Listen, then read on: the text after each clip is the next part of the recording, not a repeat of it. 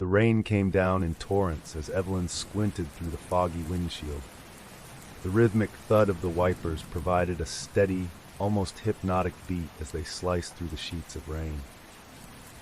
The GPS had been insisting for the last 10 minutes that they were close, but all she could see were shadows of trees looming on either side of the narrow road. "Mom, are we there yet?" came the tired voice of her daughter, Lily, from the back seat.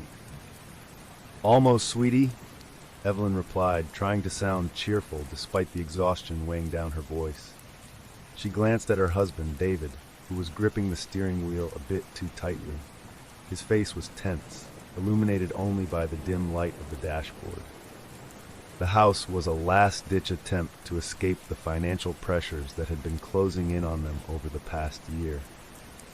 Losing David's job had been a blow, and the mounting bills left them teetering on the edge. When Evelyn received the letter notifying her that a distant great-uncle, someone she had barely known, had passed away and left her this property, it felt like a miracle. Sure, the house was far from town, practically isolated in the middle of nowhere, but they needed a fresh start. As they turned the final corner, the trees suddenly opened up to reveal a clearing. There it stood, the house.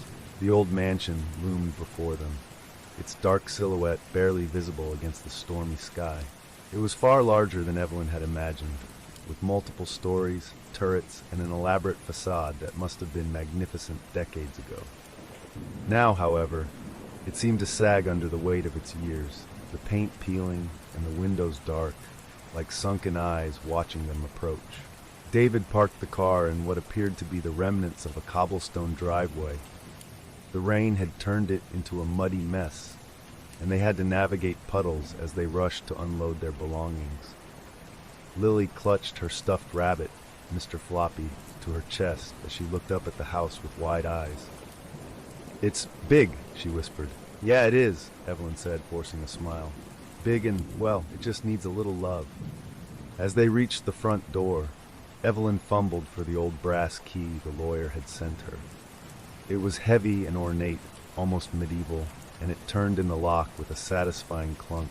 The door creaked open, revealing a dark foyer lined with dusty wooden floors. The air inside was stale and cold, carrying the faint scent of mildew and something else Evelyn couldn't quite place. "Home sweet home," David muttered under his breath, his voice thick with sarcasm. The entryway opened up to a grand staircase that seemed to spiral endlessly upward, its banisters thick with dust. Old chandeliers hung precariously from the ceiling, cobwebs draping them like ghostly veils. The dim light from their flashlights barely penetrated the shadows clinging to the corners. "Let's get these bags in and find the generator," David said, trying to sound upbeat.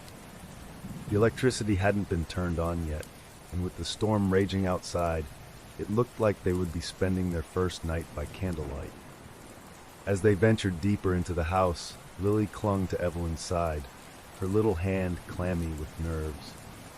The place was far from welcoming. Paintings of grim-faced ancestors lined the walls, their eyes seeming to follow them as they passed. Evelyn couldn't shake the feeling that they were being watched, but she chalked it up to her nerves. They finally found the kitchen, which was surprisingly spacious but completely outdated.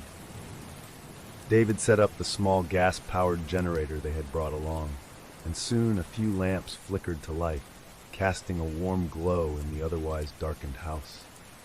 They ate a quick dinner of sandwiches, huddled around the table as the wind howled outside. "Let's get some sleep," David suggested, stifling a yawn. "We'll explore more tomorrow." Lily was reluctant to sleep in her new room alone, so Evelyn agreed to stay with her until she drifted off. She tucked her daughter into a bed that had been left behind by the previous occupants, its frame creaking under the slightest movement. Evelyn read Lily's favorite story until her eyelids fluttered shut, then gently kissed her on the forehead. As she made her way back to the master bedroom, Evelyn paused in the hallway. For a moment she thought she heard something, a faint drip, drip, drip, coming from somewhere deep within the house. She strained her ears, trying to pinpoint its source, but the sound faded into the constant patter of the rain against the windows. Shaking off a chill, she joined David, who was already snoring softly, exhausted from the long day. She lay down beside him, the old mattress sagging beneath their weight. Sleep came quickly, but it was restless. In the early hours of the morning, Evelyn awoke with a start.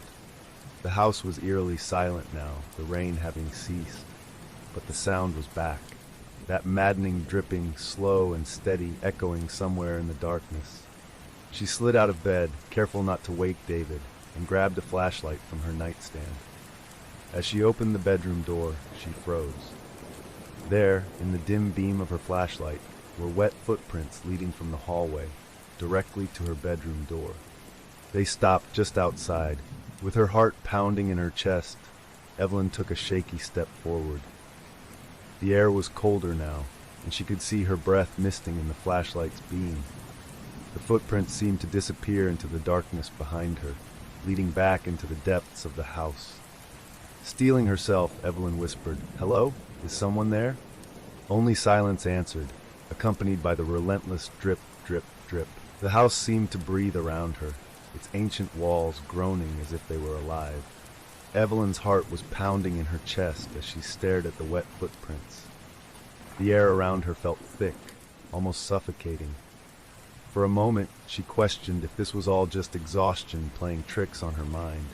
She blinked hard, rubbed her eyes, and looked again. The footprints were still there, glistening faintly in the dim light of her flashlight. Gathering her courage, she followed the trail back down the hall, every step sending chills crawling up her spine. The wooden floorboards creaked beneath her feet, their groans echoing through the silent house. The trail of wet prints led her past the dusty portraits hanging on the walls, each one more unsettling than the last. The faces in the paintings seemed to leer at her, their eyes gleaming as if they knew something she didn't. The footprints ended abruptly at the door to the basement, which was slightly ajar now. She was certain she had closed it earlier. As she approached, the faint smell of damp earth and rot wafted up from below. The dripping sound was louder here, like water slowly filling a basin. The darkness beyond the basement door seemed to swallow her flashlight's beam, revealing nothing but a yawning black void. "Maybe it's just a leaky pipe," Evelyn whispered to herself, trying to calm her racing heart. The old house was bound to have plumbing issues, right? But something deep inside her protested. There was something off, something that made her skin crawl. Still, she wasn't ready to face whatever might be lurking in the darkness of the basement. Not tonight. She closed the door firmly and made her way back to the bedroom, trying to shake off the feeling of being watched. As she crawled into bed beside David, she found herself straining her ears for the sound of the dripping, but it had gone completely silent. She lay awake for hours, staring at the ceiling, waiting for the sound to return. It didn't. Eventually, exhaustion won out, and she slipped into a fitful sleep. The next morning, the storm had passed, leaving behind a mist that clung to the ground outside like a shroud. Sunlight filtered weakly through the dirty windows as Evelyn dragged herself out of bed. David was already up, rummaging through the kitchen in search of coffee. "Hey, you look like you didn't sleep a wink," he said, raising an eyebrow. "What's up?" Evelyn hesitated. She didn't want to worry him, especially not on their first full day in the new house. "Just adjusting, I guess. This place is a little creepy, isn't it?" David laughed, though it sounded forced. "Yeah, it's a fixer-upper, all right. But hey, we got it for a steal. Once we clean it up, it'll feel more like home." He leaned in to kiss her on the forehead, but she couldn't shake the feeling that something was wrong. As they ate breakfast, Lily joined them, dragging her feet sleepily across the floor. Her eyes were red-rimmed, and she looked even more exhausted than Evelyn. "Rough night, kiddo?" David asked, pouring her a glass of orange juice. Lily nodded slowly, her eyes downcast. I heard someone whispering," she said, her voice barely audible. Evelyn's heart skipped a beat. "What do you mean, sweetie? Whispering where?" "In my room," Lily whispered. "There was a man's voice. He kept saying my name, over and over. I told him to go away, but he wouldn't stop." She gripped Mr. Floppy tighter, her knuckles turning white. David and Evelyn exchanged uneasy glances. "It was probably just the wind, honey," Evelyn said, trying to sound reassuring. "Old houses like this can make a lot of strange noises." But Lily shook her head violently.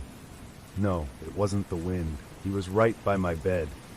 Tears welled up in her eyes, and Evelyn pulled her daughter into a comforting embrace, but inside she was trembling. The rest of the day was spent unpacking boxes and exploring the house, trying to distract themselves from the unsettling events of the previous night. Evelyn tried to dismiss her fears as paranoia, but every creak of the floorboards, every gust of wind rattling the windows, sent her nerves on edge.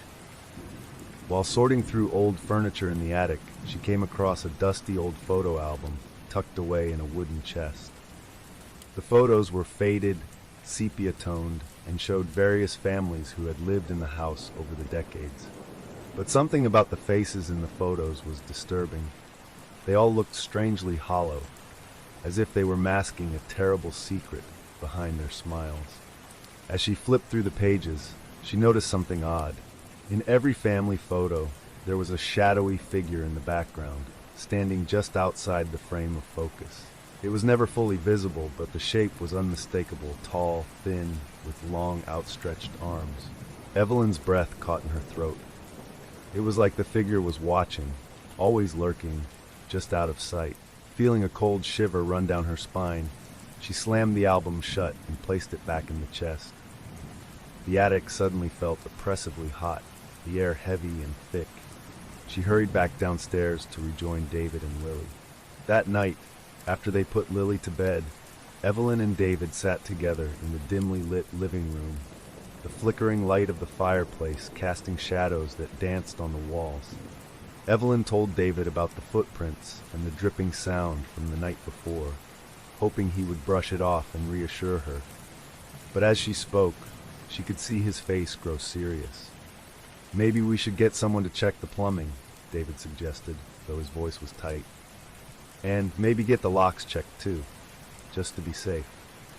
The unease in his voice made Evelyn's anxiety spike. It was one thing to convince herself that it was all in her head, but if David was worried too, maybe there was something more to it. That night, the dripping sound returned, louder this time. It woke Evelyn from a deep sleep, dragging her back into the suffocating darkness of the old house. She tried to ignore it, pulling the covers over her head, but it was no use.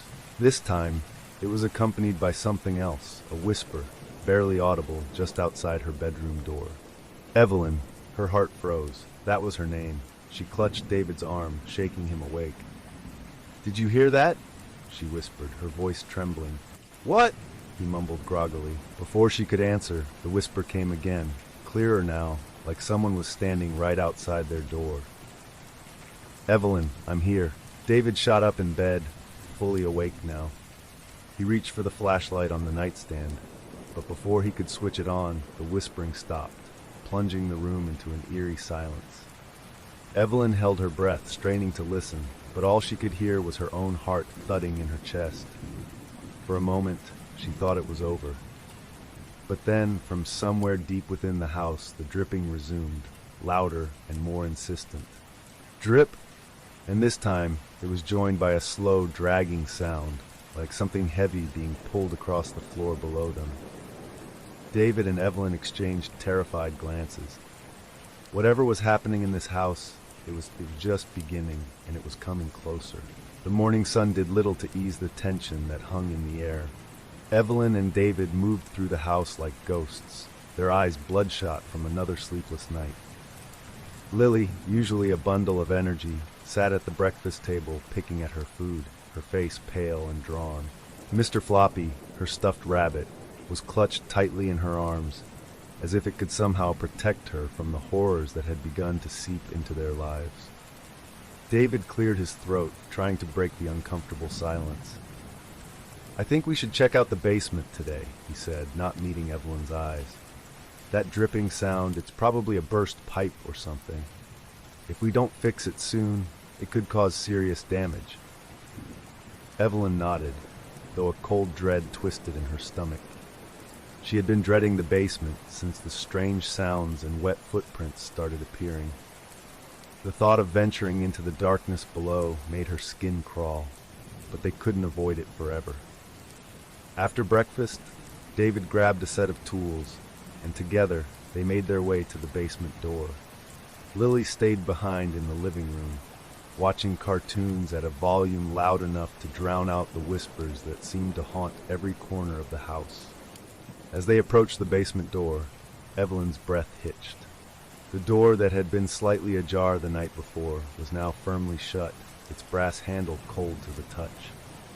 Evelyn glanced at David, who gave her a reassuring nod, though the tension in his jaw betrayed his unease. He reached for the handle, and with a creak that seemed to echo through the entire house, the door slowly swung open. A rush of damp, frigid air greeted them, carrying with it the smell of wet earth and something far more unpleasant. An odor that reminded Evelyn of decaying leaves, or perhaps something worse. She shuddered involuntarily as David flicked on his flashlight and began the descent into darkness. The wooden steps creaked ominously under their weight, each groan sounding like a warning. As they descended, the air grew colder, and the beam of David's flashlight barely seemed to penetrate the thick shadows. The dripping sound that had haunted them the past 2 nights was louder now, echoing off the stone walls like a sinister heartbeat. The basement was enormous, much larger than Evelyn had anticipated. The stone walls were slick with moisture, and the ceiling was covered in a web of old, rusted pipes. As they reached the bottom of the stairs, Evelyn's eyes were drawn to a series of strange symbols carved into the walls, twisted shapes that looked like they were part of some ancient language. "What the hell is that?" David muttered, shining his flashlight over the carvings. Evelyn couldn't answer. She could only stare at the symbols, her mind racing. They looked old, impossibly old, like something out of a forgotten era. But the thing that caught their attention the most was a large iron door at the far end of the basement. It was heavily padlocked, the metal rusted with age. The door looked entirely out of place, like it belonged in a medieval dungeon rather than the basement of a Victorian mansion. David tried to pull the door open, but the padlock held firm. He gave it a frustrated shake. "Weird. Why would anyone lock a door down here like this?" he muttered, more to himself than to Evelyn. As they stood in front of the locked door, the dripping sound suddenly stopped. The silence that followed was so intense, it felt as though the house itself was holding its breath. Evelyn's pulse quickened, and she could feel the tiny hairs on the back of her neck standing up. "Maybe we should leave it alone," she whispered, her voice barely audible. There was something about that door that felt inherently wrong, like it was holding back something that should never see the light of day. David, however, was determined. "If there's a leak behind this door, we need to fix it," he insisted. "We can't afford to let the house get damaged." Evelyn reluctantly agreed, but her eyes remained locked on the iron door. There was something dark and malevolent about it, a sense that it was guarding a secret better left undiscovered. They spent the next few hours searching the house for a tool that might break the padlock. David eventually found an old crowbar in the shed behind the house. As they returned to the basement, the daylight filtering through the small, grimy windows above had already started to fade, plunging the basement into an even deeper gloom. As David wedged the crowbar into the rusted padlock, a strange sensation washed over Evelyn, a sudden, inexplicable feeling that they were not alone. The air seemed to pulse with an unseen energy, and the hair on her arms stood up. She turned around, shining her flashlight into the shadows, half expecting to see someone or something lurking there. But there was nothing, only darkness. The padlock finally gave way with a loud snap, the sound reverberating through the basement like a gunshot. Evelyn flinched, her nerves frayed to their breaking point. David shot her a quick grin, trying to lighten the mood, but it came off as more of a grimace. "Let's see what's behind door number 1, he said, pushing the heavy iron door open with a grunt. A blast of cold air hit them, and the smell of damp earth intensified. Inside, the room beyond was pitch black, the beam of David's flashlight revealing nothing but a stone floor covered in dust and grime. But as they stepped inside, Evelyn noticed something glinting on the ground, small, wet patches that looked suspiciously like footprints. "Do you see that?" she whispered, pointing. David nodded, his face tightening with concern. The footprints were small, almost child-sized, and they seemed to lead deeper into the darkness of the room. They followed the trail, the sound of their breathing, the only noise in the oppressive silence. At the far end of the room, they found a crude stone well, its edges crumbling with age. The dripping sound was louder here, echoing up from the black depths below. David leaned over cautiously, shining his flashlight into the well, but the light couldn't penetrate the darkness beyond a few feet. "That's strange. It doesn't look like it's filled with water," David murmured. As they stood there staring into the abyss, a low whisper began to emanate from the well. It was faint at first, barely discernible, but it grew louder with each passing second. The words were unintelligible, like someone speaking in a language they couldn't understand. Evelyn's skin prickled and she grabbed David's arm. "We need to go, now." But just as they turned to leave, the whispering stopped abruptly, replaced by a soft, childlike giggle that echoed up from the depths of the well. Evelyn froze, her blood running cold. That laugh, it sounded like Lily. David and Evelyn exchanged horrified glances. Without another word, they rushed back up the stairs, slamming the basement door behind them.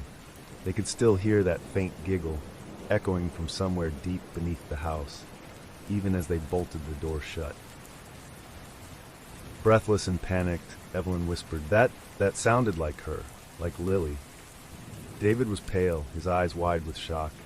But Lily was upstairs. She couldn't have...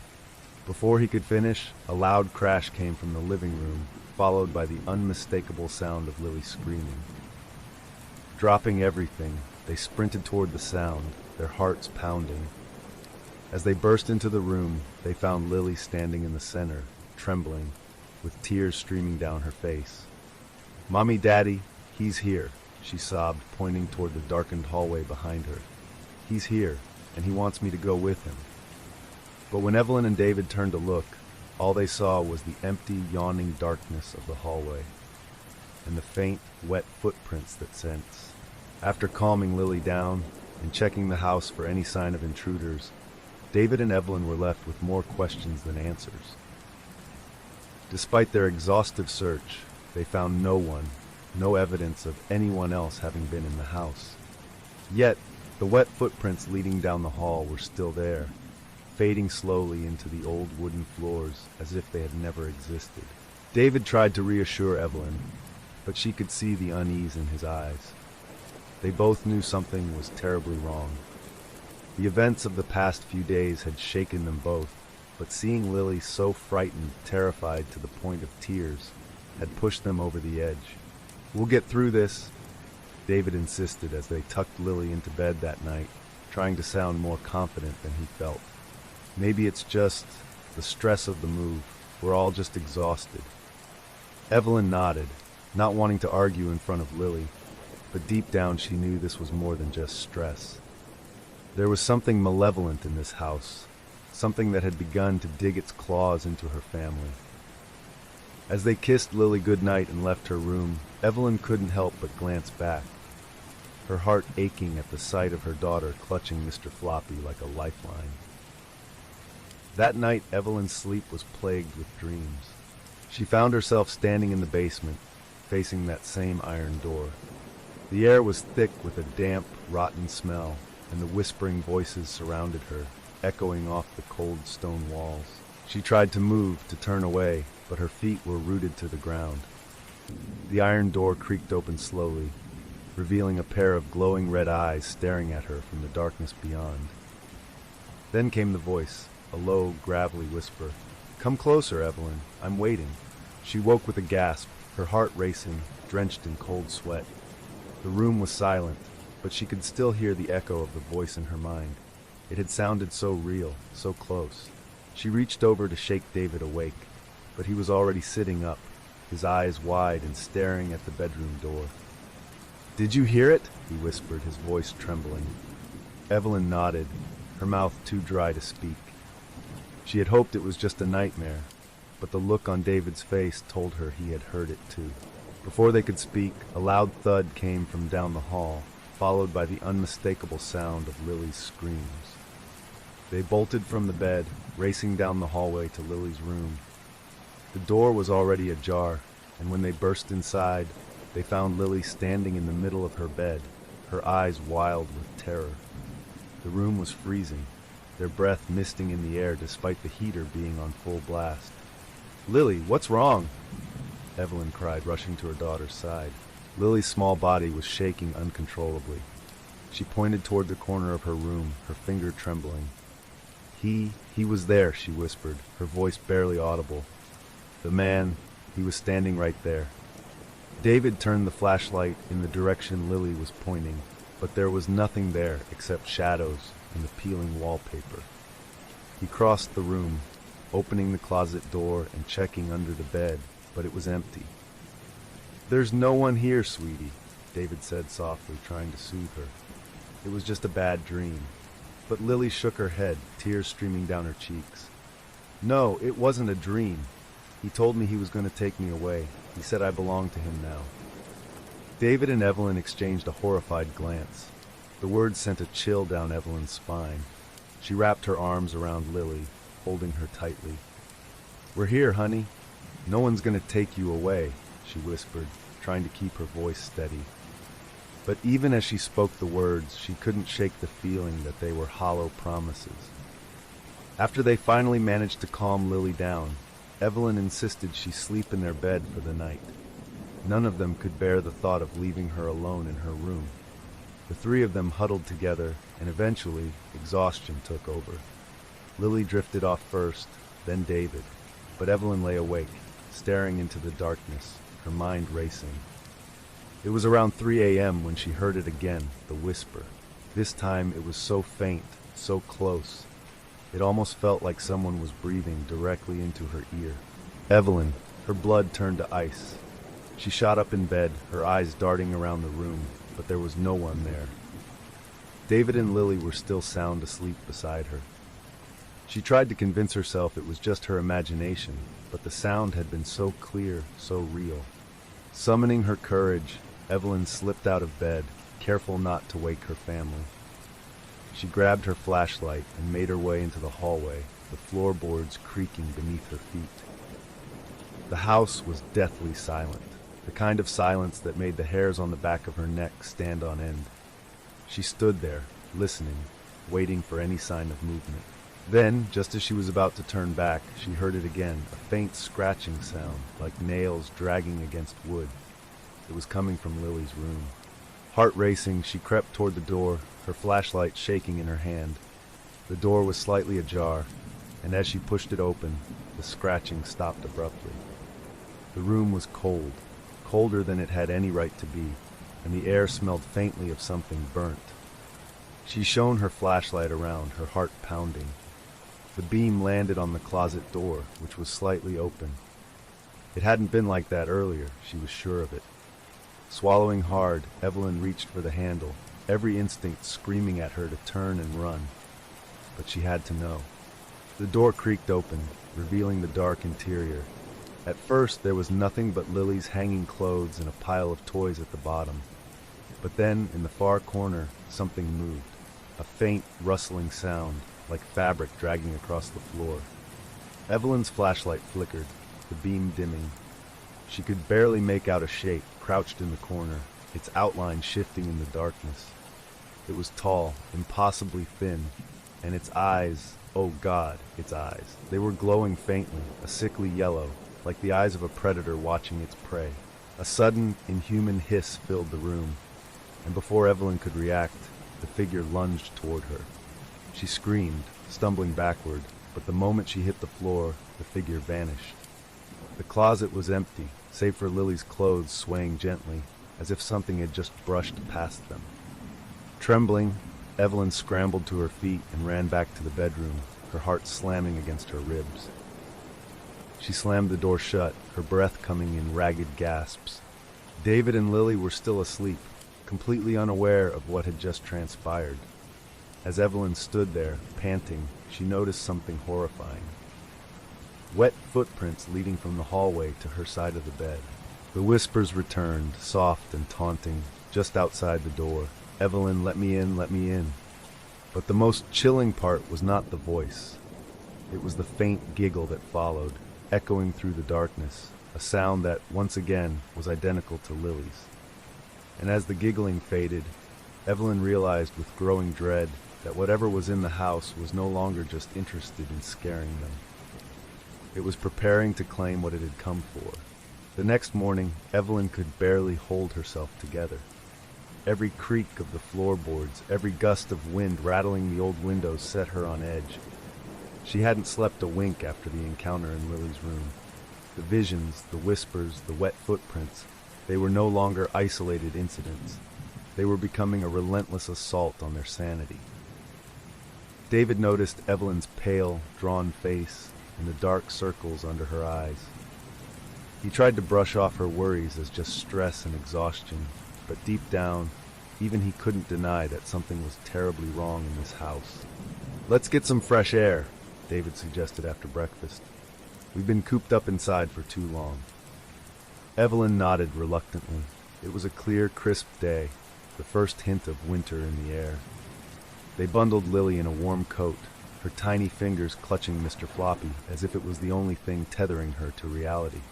The family ventured out into the overgrown backyard, hoping the sunlight might chase away some of the shadows that had settled over their lives. The yard was wild and untamed, with tall grass that nearly reached their knees. Beyond it, the dark woods loomed, thick with gnarled trees that seemed to bend inward as if conspiring to hide something. As they wandered through the backyard, Lily's mood brightened a bit.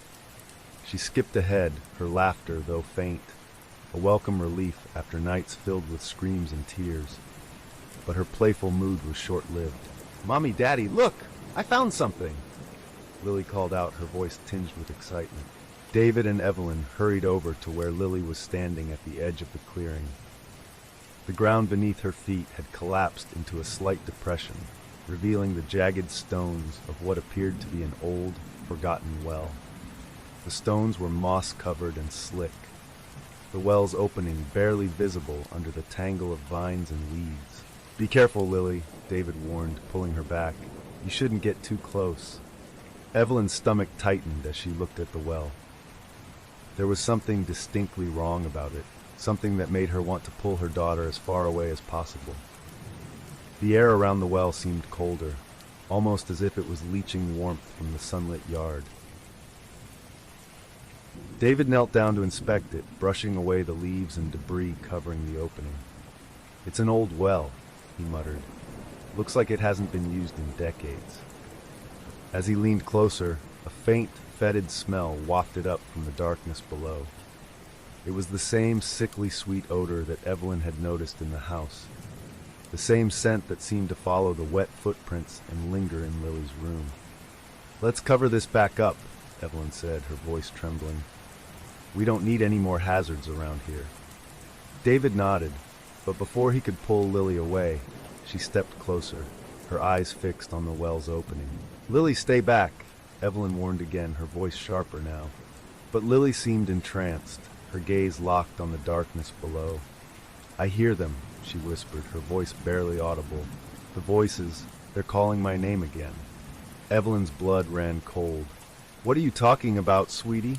she asked, trying to keep her voice steady. Lily didn't respond. Her eyes were glassy, unfocused, like she was in a trance. She leaned forward, peering into the depths of the well, her lips moving silently as if she were listening to someone only she could hear. David grabbed Lily and pulled her back with a force that made her cry out. "Enough of that, Lily. It's just an old well. There's nothing down there." But even as he said it, a cold wind blew through the clearing, carrying with it a faint, whispering sound. Evelyn could swear she heard it two soft, sibilant voices calling her daughter's name. "Lily!" After dragging Lily away from the well, they returned to the house, shaken and unnerved. Evelyn kept glancing over her shoulder, half expecting to see something following them fro. Inside, the house felt darker, as if the light of day had been swallowed by the shadows creeping through the hallways. David, trying to ease the tension, suggested they clean out the attic that afternoon. "It'll take our minds off things," he said, though the doubt in his voice was clear. Lily was reluctant to be left alone, so they brought her up to the attic with them. As they sorted through the dust-covered relics of the past, Evelyn couldn't stop thinking about the well and the voices Lily had heard. What if the whispers in the house and the sounds coming from the well were connected? While David was busy moving old boxes, Evelyn noticed Lily standing by the attic window, staring out toward the woods. Her expression was distant, her lips moving again as if she were having a conversation. "Lily, who are you talking to?" Evelyn asked, trying to keep her voice calm. Lily turned slowly, her eyes unfocused, almost vacant. "He says I need to go to the well," she whispered. "He's waiting for me there." Evelyn's heart dropped. "Who's waiting, Lily? Who are you talking about?" But Lily didn't answer. Instead, she turned back to the window, humming a soft, tuneless song. It was the same melody Evelyn had heard whispered in her own nightmares. That night, Evelyn and David decided to lock all the doors and windows, hoping to keep whatever was haunting them at bay. But as they tried to settle in for the night, it was clear that the house had other plans. Around midnight, Evelyn woke to the sound of creaking floorboards. At first, she thought it was David, but when she turned over, she saw him lying beside her, sound asleep. The sound continued, moving slowly down the hallway, accompanied by that now all too familiar dripping noise. Determined not to let the fear control her, Evelyn grabbed the flashlight and slipped out of bed. The house was freezing, her breath misting in the air. As she made her way down the hallway, the dripping grew louder, leading her toward the back of the house. She stopped at the window overlooking the backyard, her heart pounding in her chest. The moonlight bathed the yard in a pale, ghostly glow, and from the window she could see the well. Her blood turned to ice. The iron cover they had placed over it earlier was gone. A dark figure stood beside the well, hunched over, its long, spindly arms reaching into the black depths below. The figure moved slowly, methodically, as if it were pulling something up from the well. Evelyn's scream caught in her throat. She blinked, and the figure was gone. The yard was empty once more, the well's dark mouth gaping open like a wound. She turned to race back to her bedroom, but as she did, she heard it again, the faint giggling of a child, echoing through the house. "Lily, Lily!" The voice was coming from Lily's room. Panic surged through Evelyn as she sprinted down the hallway. She threw open Lily's door, her flashlight flickering wildly, but the bed was empty, the sheets thrown aside. Lily was gone. In the dead silence that followed, Evelyn heard a single, chilling whisper from the hallway behind her. "Come to the well, Evelyn. She's waiting." The voice was unmistakable. It was her daughter's voice, soft, pleading, desperate. But deep down, Evelyn knew. Whatever was speaking to her, it was not Lily. Evelyn's heart was racing, her mind spinning with terror as she frantically searched the house for Lily. She could still hear that haunting whisper, echoing in her daughter's voice, urging her to come to the well. But she knew that whatever was calling her, whatever had taken Lily, was not her daughter. It was something far darker, far more malevolent. David joined her in the frantic search, his face pale and drenched in sweat.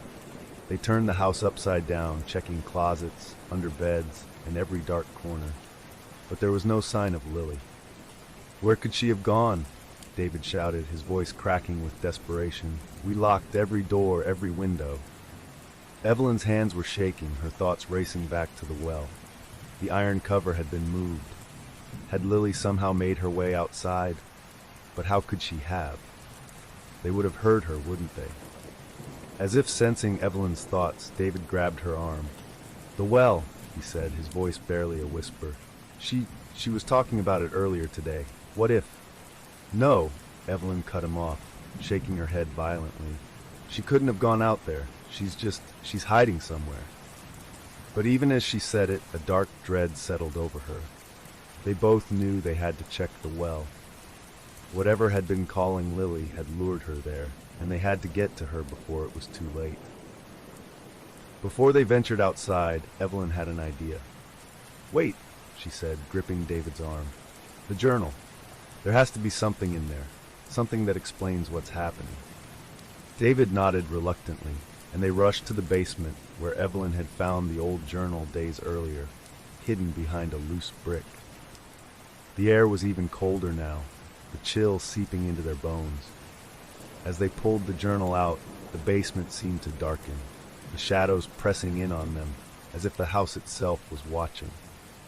The journal was worn and yellowed, its leather cover cracked with age. Evelyn opened it to the first page, her hands trembling. It was written in spidery handwriting, difficult to decipher in places, but the words that she could make out sent shivers down her spine. October 13th, 1876. The house has turned cold, colder than I have ever felt. The whispers have begun again.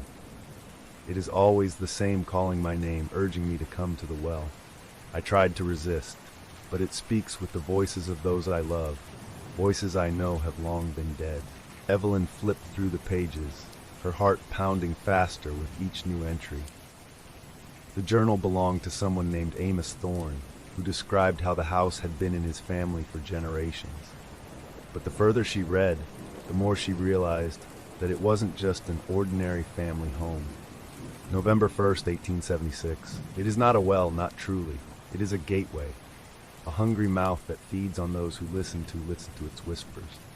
My wife Maria was the first to go. She heard the voices and went willingly, convinced she would find our lost son. But all I found was her lifeless body at the bottom, her eyes wide open and her mouth twisted into a scream.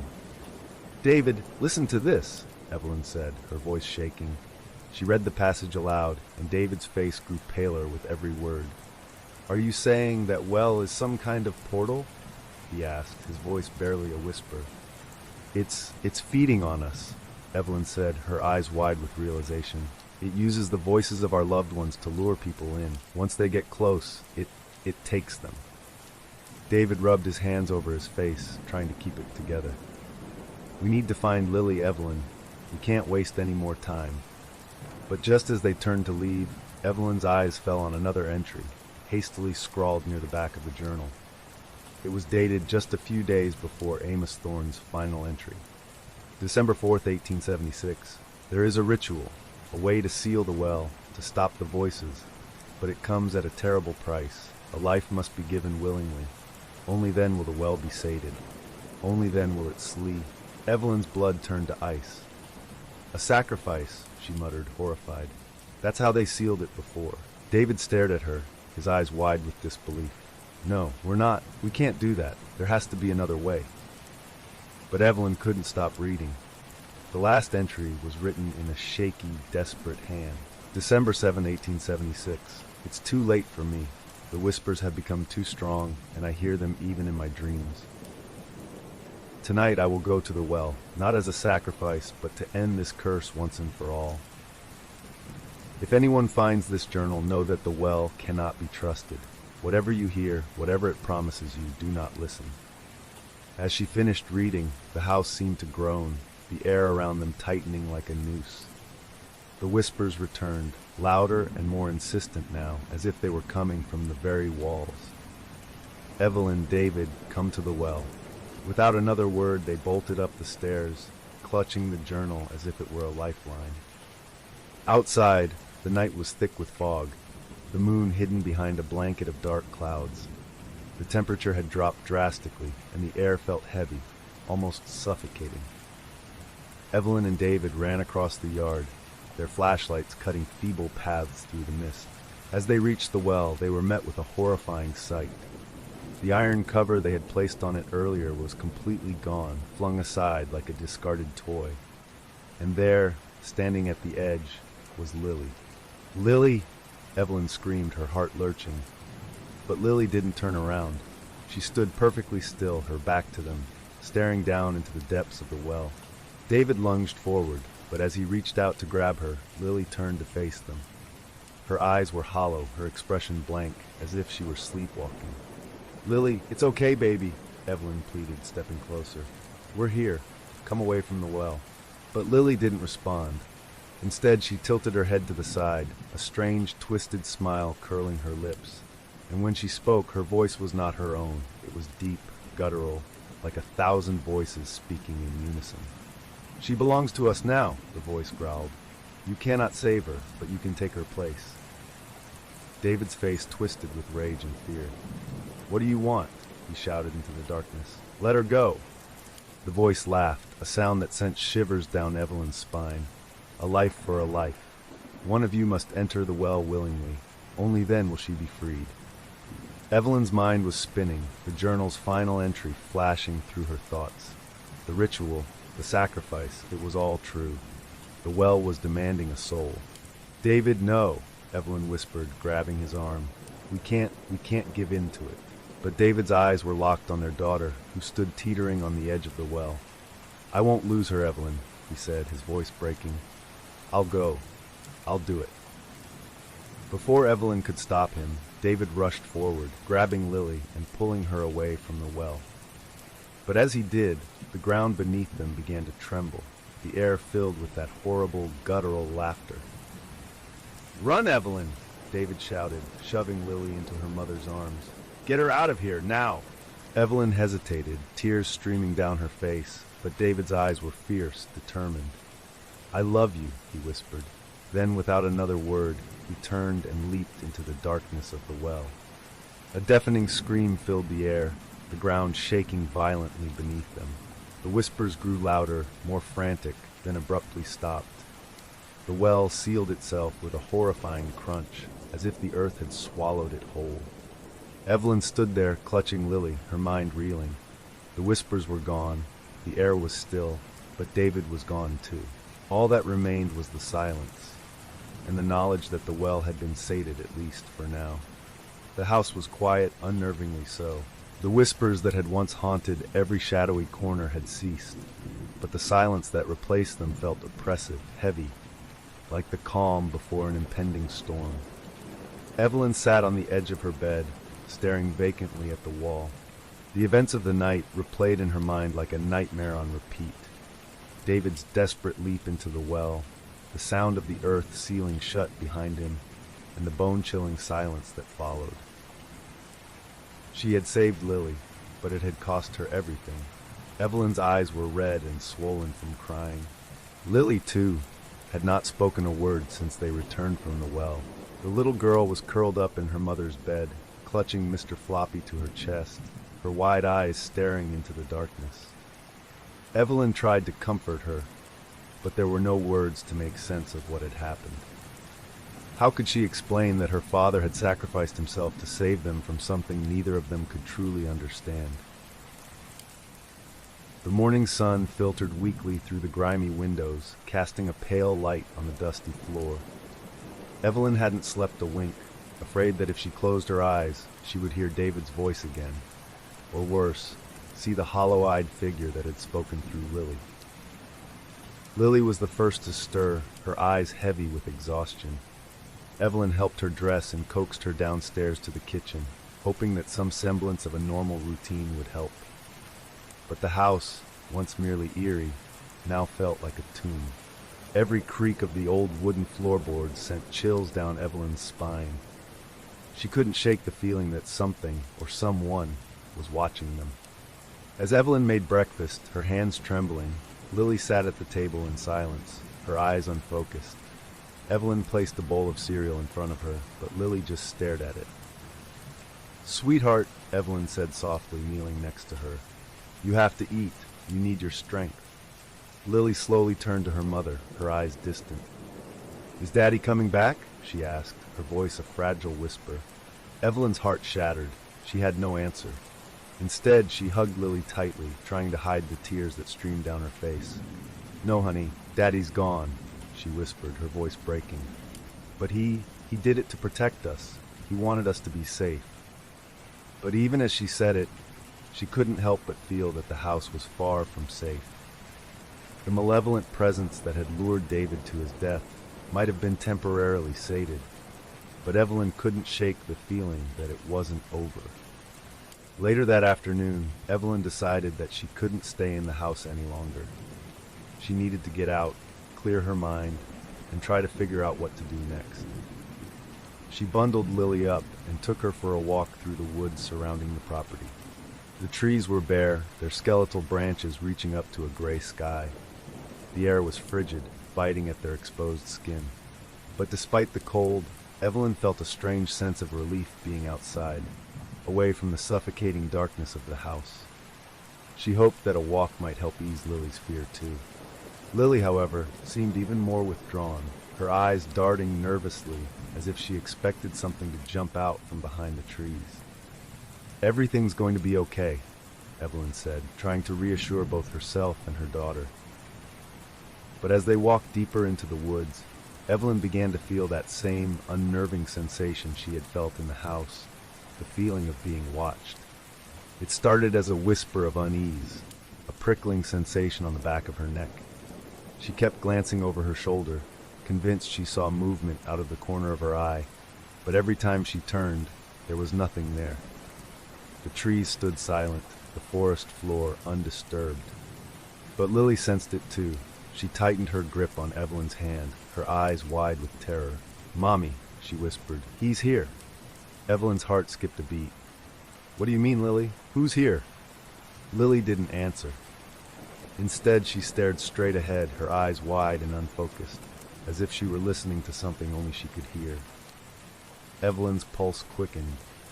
She strained her ears, but all she could hear was the rustle of leaves and the faint whisper of the wind. "Lily, we're going back to the house," she said, trying to keep her voice steady. But as they turned to head back, a new sound cut through the cold air, a soft crunch, like someone stepping on dried leaves. Evelyn froze, her breath catching in her throat. Slowly, she turned around, her eyes scanning the woods behind them.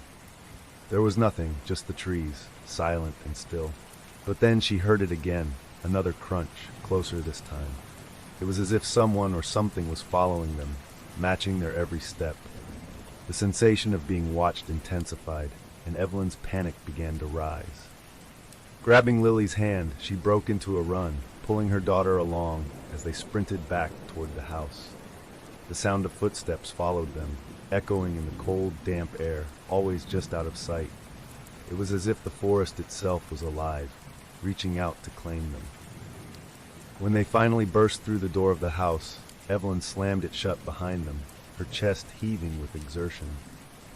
The footsteps stopped abruptly, as if whatever was following them had melted back into the shadows. Lily was sobbing, her tiny body trembling. "He's going to take me, Mommy," she whimpered. "He said it's not over." Evelyn hugged her daughter tightly, her mind racing. The journal had said the well could be temporarily sealed with a sacrifice. But what if that wasn't enough? What if whatever was inside it was still hungry, still searching for another soul to claim? That night, as the wind howled outside, Evelyn tried to keep herself busy, distracting her mind from the creeping dread that had taken root in her heart. She searched the house for any clue, any hidden journal or letter that might reveal more about the well and the curse that seemed to haunt this place. While rifling through a pile of old books in the attic, she found a small leather-bound diary tucked behind a dusty box. It was older than the journal she had found before, its pages brittle with age. The entries were written in a different hand, shakier, more erratic. One entry caught her eye. October 1891. "We tried to seal it again, but it was not enough. The well is never truly satisfied. It does not just crave a single soul, it craves the family. It will take them one by one, pulling them into its darkness, until its hunger is sated.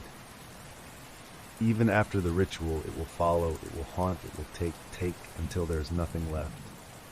Evelyn's hands began to shake as she read the final, hastily scrawled entry. "He came for my wife, and now he comes for me. I hear him whispering my name, just as he whispered hers. There is no escape.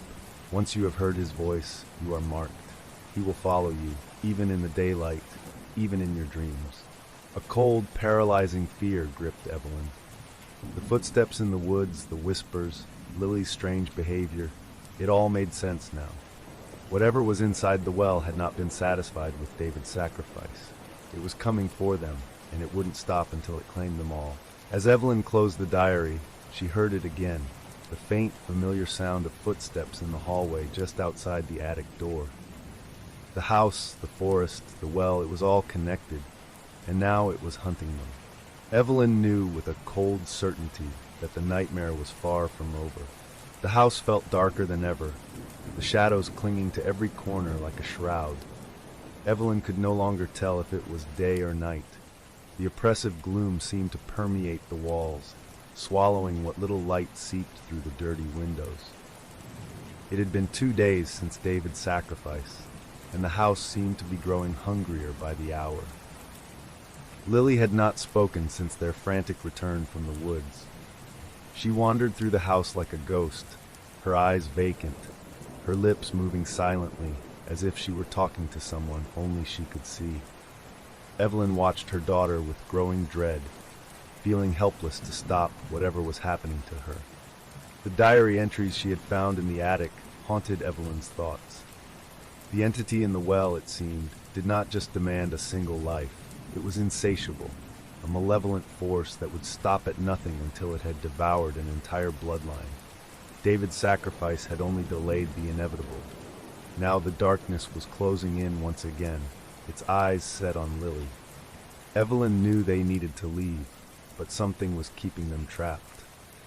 Every time she tried to muster the courage to pack up and go, an overwhelming sense of dread would flood her mind, paralyzing her with fear. It was as if the house itself was holding them hostage, keeping them within its grasp.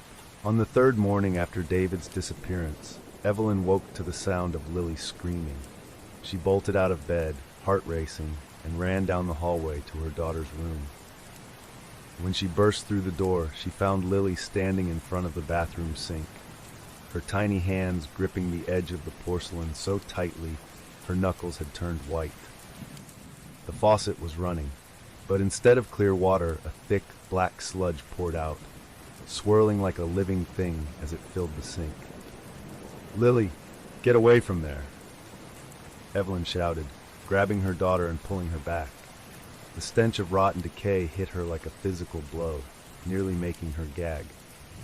The black substance continued to flow, spilling over the sides of the sink and spreading across the floor in oily tendrils.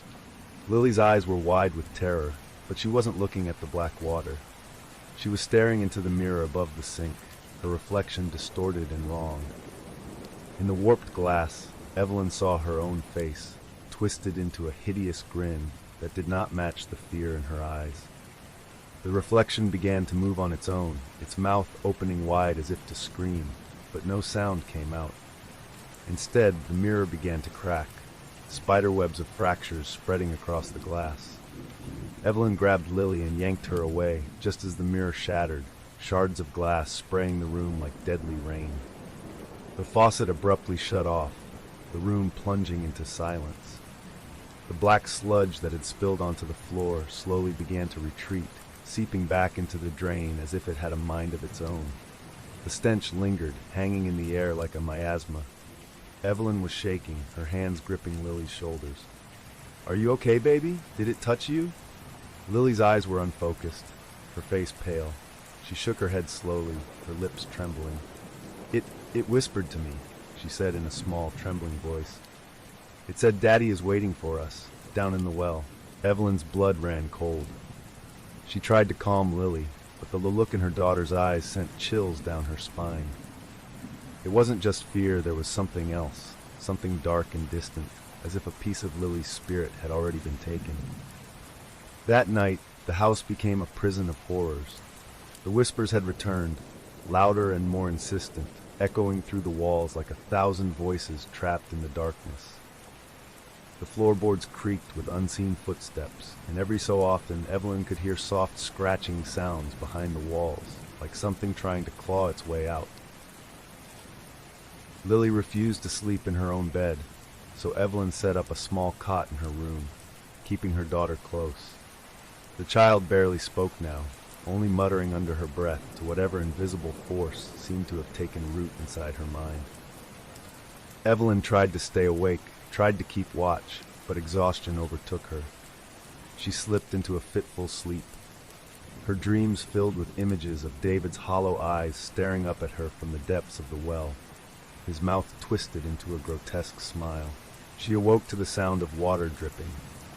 At first, she thought it was the bathroom faucet again, but the sound was too close, too loud. She sat up, heart pounding, and turned on her bedside lamp. The sight that greeted her made her stomach lurch.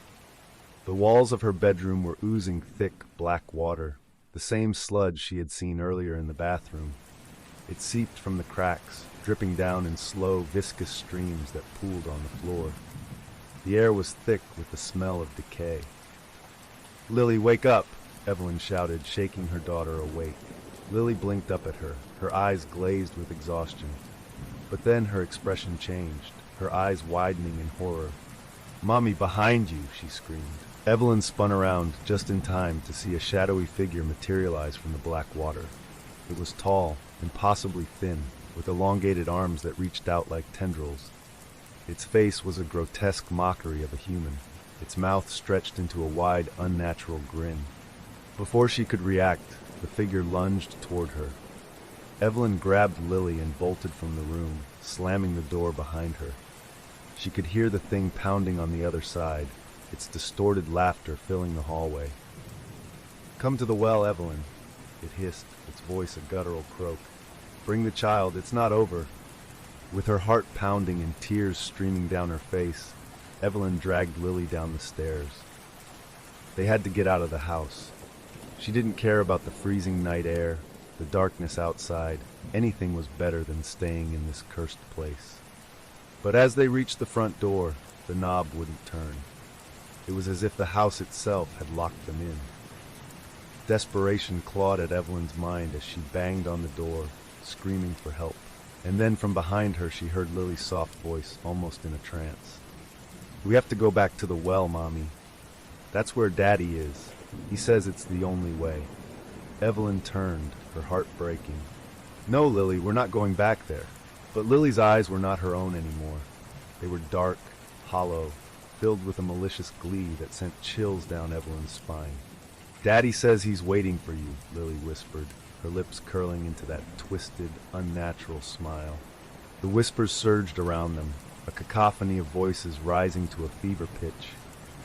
The house seemed to close in on them, the walls groaning, the black water spreading, reaching for them. And in that moment, Evelyn realized the terrible truth. The house, the well, whatever dark force was haunting them, it would never stop, not until it had taken everything. David's sacrifice had not been enough. The well was still hungry, and now it wanted Lily, and perhaps it wanted Evelyn too.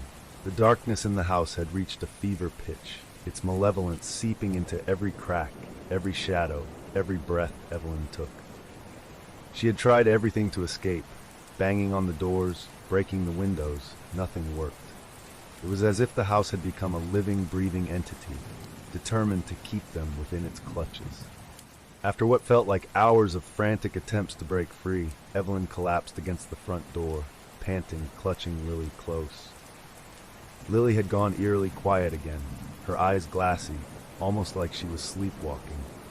Every so often she would whisper something to herself, her lips moving silently as if speaking to an unseen presence. Evelyn's mind was spiraling into despair when she heard it, a knock on the door. It was faint at first, like someone tapping gently, but it grew louder, more insistent. Evelyn's heart leaped into her throat. Who could possibly be outside in the middle of the night, especially after everything that had happened? Steeling herself, Evelyn hesitated only for a moment before she pulled the door open. Standing on the other side was an old man, his face weathered and lined like cracked leather. He wore a heavy coat, its collar turned up against the cold wind. His eyes were pale blue, almost milky, as if age had clouded them, but they were sharp with concern.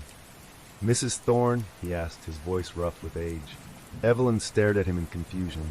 Who are you?" "My name's Thompson," the old man replied, glancing nervously at the house behind her. "I live in the town nearby. I was a friend of Amos Thorne, the previous owner. When I saw the lights in this house again, I knew I had to come." Evelyn felt a chill run down her spine at the mention of Amos Thorne, the name she had seen in the journal. "What are you talking about?" she asked, her voice barely above a whisper. The old man stepped forward, his expression grim. "You need to get out of this house. The Thorne family, they tried to seal it away, but they failed. They couldn't stop it, and neither can you." Evelyn's heart pounded in her chest. "What do you mean? What's happening to us? What is this thing in the well?" Mr. Thompson shook his head, his eyes filled with a sorrow that seemed to span decades. "I've seen it before with Amos. He tried to break the curse, tried to save his family, but once it takes hold, there's no stopping it.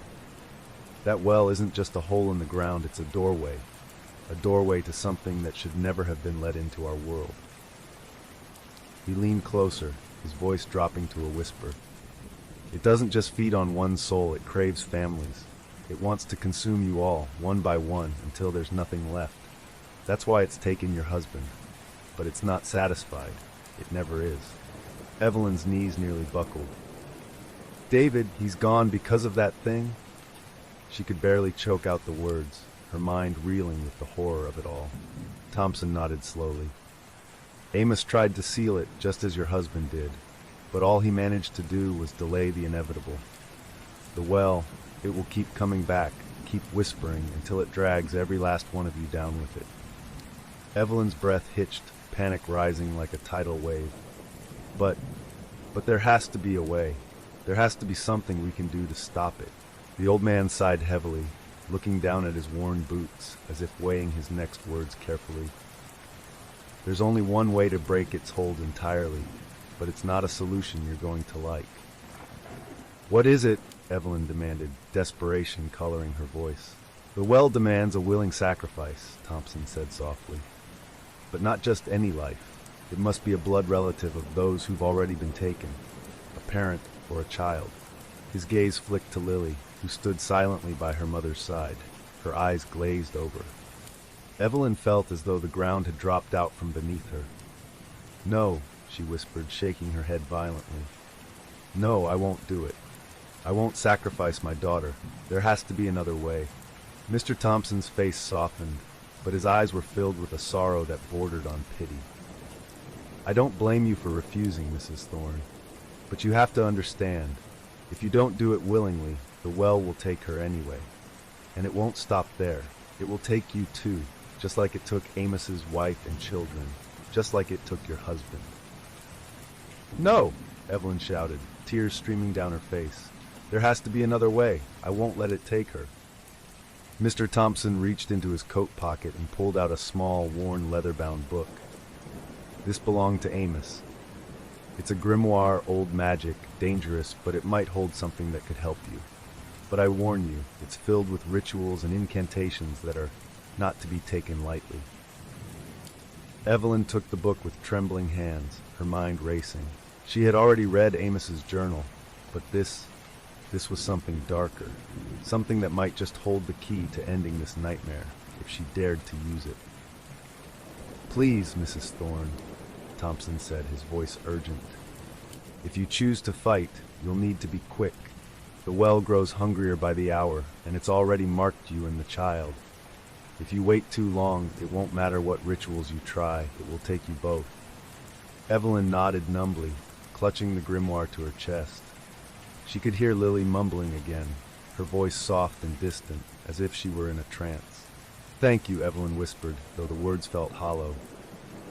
I'll try to find another way." The old man nodded, his eyes filled with a deep sadness. "God help you," he said, turning to leave. "But remember, if you cannot break its hold, you must choose quickly. The well won't wait." As the door closed behind Mr. Thompson, Evelyn was left standing in the oppressive silence of the house, the grimoire heavy in her hands. Lily's soft whispering filled the air, her words slipping into that strange, otherworldly language she had never spoken before. The house groaned as if in anticipation, and then, clear as day, Lily turned to her mother with a smile that was not her own. "Mommy," she said in a sing-song voice, "the well says you don't have much time. It wants me back, or it will take you instead." The words sent a jolt of terror through Evelyn's spine. The well was growing impatient. Whatever she was going to do, she needed to do it fast. She had to make a choice. Risk delving into the dark magic of the grimoire, or consider the unthinkable, a sacrifice to end the nightmare once and for all. Evelyn's hands trembled as she opened the ancient book. Pages filled with cryptic symbols and dark incantations stared back at her. Somewhere deep in the house, a door creaked open on its own. The black water had begun to seep from the walls again, pooling at her feet, its icy touch sending a chill up her spine. The well was calling, the house was closing in, and time was running out. The grimoire lay open on the dusty kitchen table, its yellowed pages filled with cryptic symbols and handwritten notes in a language that Evelyn could barely decipher. She flipped through the pages frantically, her hands shaking. The air in the house had turned icy cold, and the black water continued to ooze from the cracks in the walls, its stench permeating everything. Evelyn glanced up to check on Lily. Her daughter sat across the table, her eyes glazed, staring at the kitchen wall as if entranced by something only she could see. Occasionally her lips would move, whispering words that made no sense. It was as if she were in a waking dream, or worse, under someone's control. Evelyn's panic intensified. The grimoire had to have an answer, some ritual, some spell that could sever the connection between Lily and the dark force that was calling to her. But every page seemed to grow darker, more incomprehensible, the words swirling before her eyes as if mocking her desperation. As she struggled to focus, the house creaked ominously, the shadows in the corners seeming to pulse and writhe like living things. It was as if the entire structure was reacting to her attempts to resist its hold, punishing her for trying to break free. "Snap out of it, Evelyn," she told herself. "If you can't figure this out, you'll lose her. You'll lose everything." Evelyn's eyes landed on a page covered in strange, swirling runes. It was titled Ritual of Severance, and beneath it was a hastily scrawled note. "When the shadows claim your blood, sever the tether with a soul bound willingly. But beware, refusal to fulfill the contract will awaken the well's true hunger." Evelyn's breath hitched. The ritual required an object connected to the one being held captive. She glanced at Lily, who was still mumbling to herself, her fingers clutching Mr. Floppy, her beloved stuffed rabbit. Could it be that the bond was tied to that toy? Before she could think further, there was a loud crash from upstairs. The sound reverberated through the house, shaking the walls and sending dust raining down from the ceiling. Evelyn's heart leaped into her throat. It was coming from the attic. "Lily, stay here," she ordered, but her daughter didn't respond, her eyes still fixed on whatever invisible presence held her attention. Evelyn grabbed the grimoire, tucking it under her arm as she sprinted up the stairs, her heart pounding. The air grew colder with each step, and by the time she reached the attic door, her breath was misting in front of her face. The door to the attic was slightly ajar, a thin line of darkness spilling through the gap. She hesitated, dread pooling in her stomach, but the sound of a child's laughter, faint, distorted, urged her forward. Slowly, she pushed the door open and stepped inside. The attic was pitch dark, the only light coming from her flickering flashlight. Boxes filled with dusty relics from a bygone era were stacked haphazardly, casting long, jagged shadows that seemed to shift and move in the periphery of her vision. Evelyn's gaze landed on the cracked, antique mirror leaning against the far wall. It was a large, ornate piece with a tarnished silver frame, something she hadn't noticed before. The surface of the mirror was shattered, the cracks spider-webbing outward from the center. As she stepped closer, she could see her reflection fractured into a dozen distorted pieces. And then something moved behind the glass. She froze. Her reflection stayed perfectly still, but the space behind it twisted, a shadow rippling just beneath the surface. Evelyn's heart hammered in her chest as the shadow took form, coalescing into the shape of a man. The figure was tall and gaunt, its eyes glowing with an unnatural light. "David," she whispered, her voice trembling. The figure in the mirror grinned, its mouth stretching impossibly wide.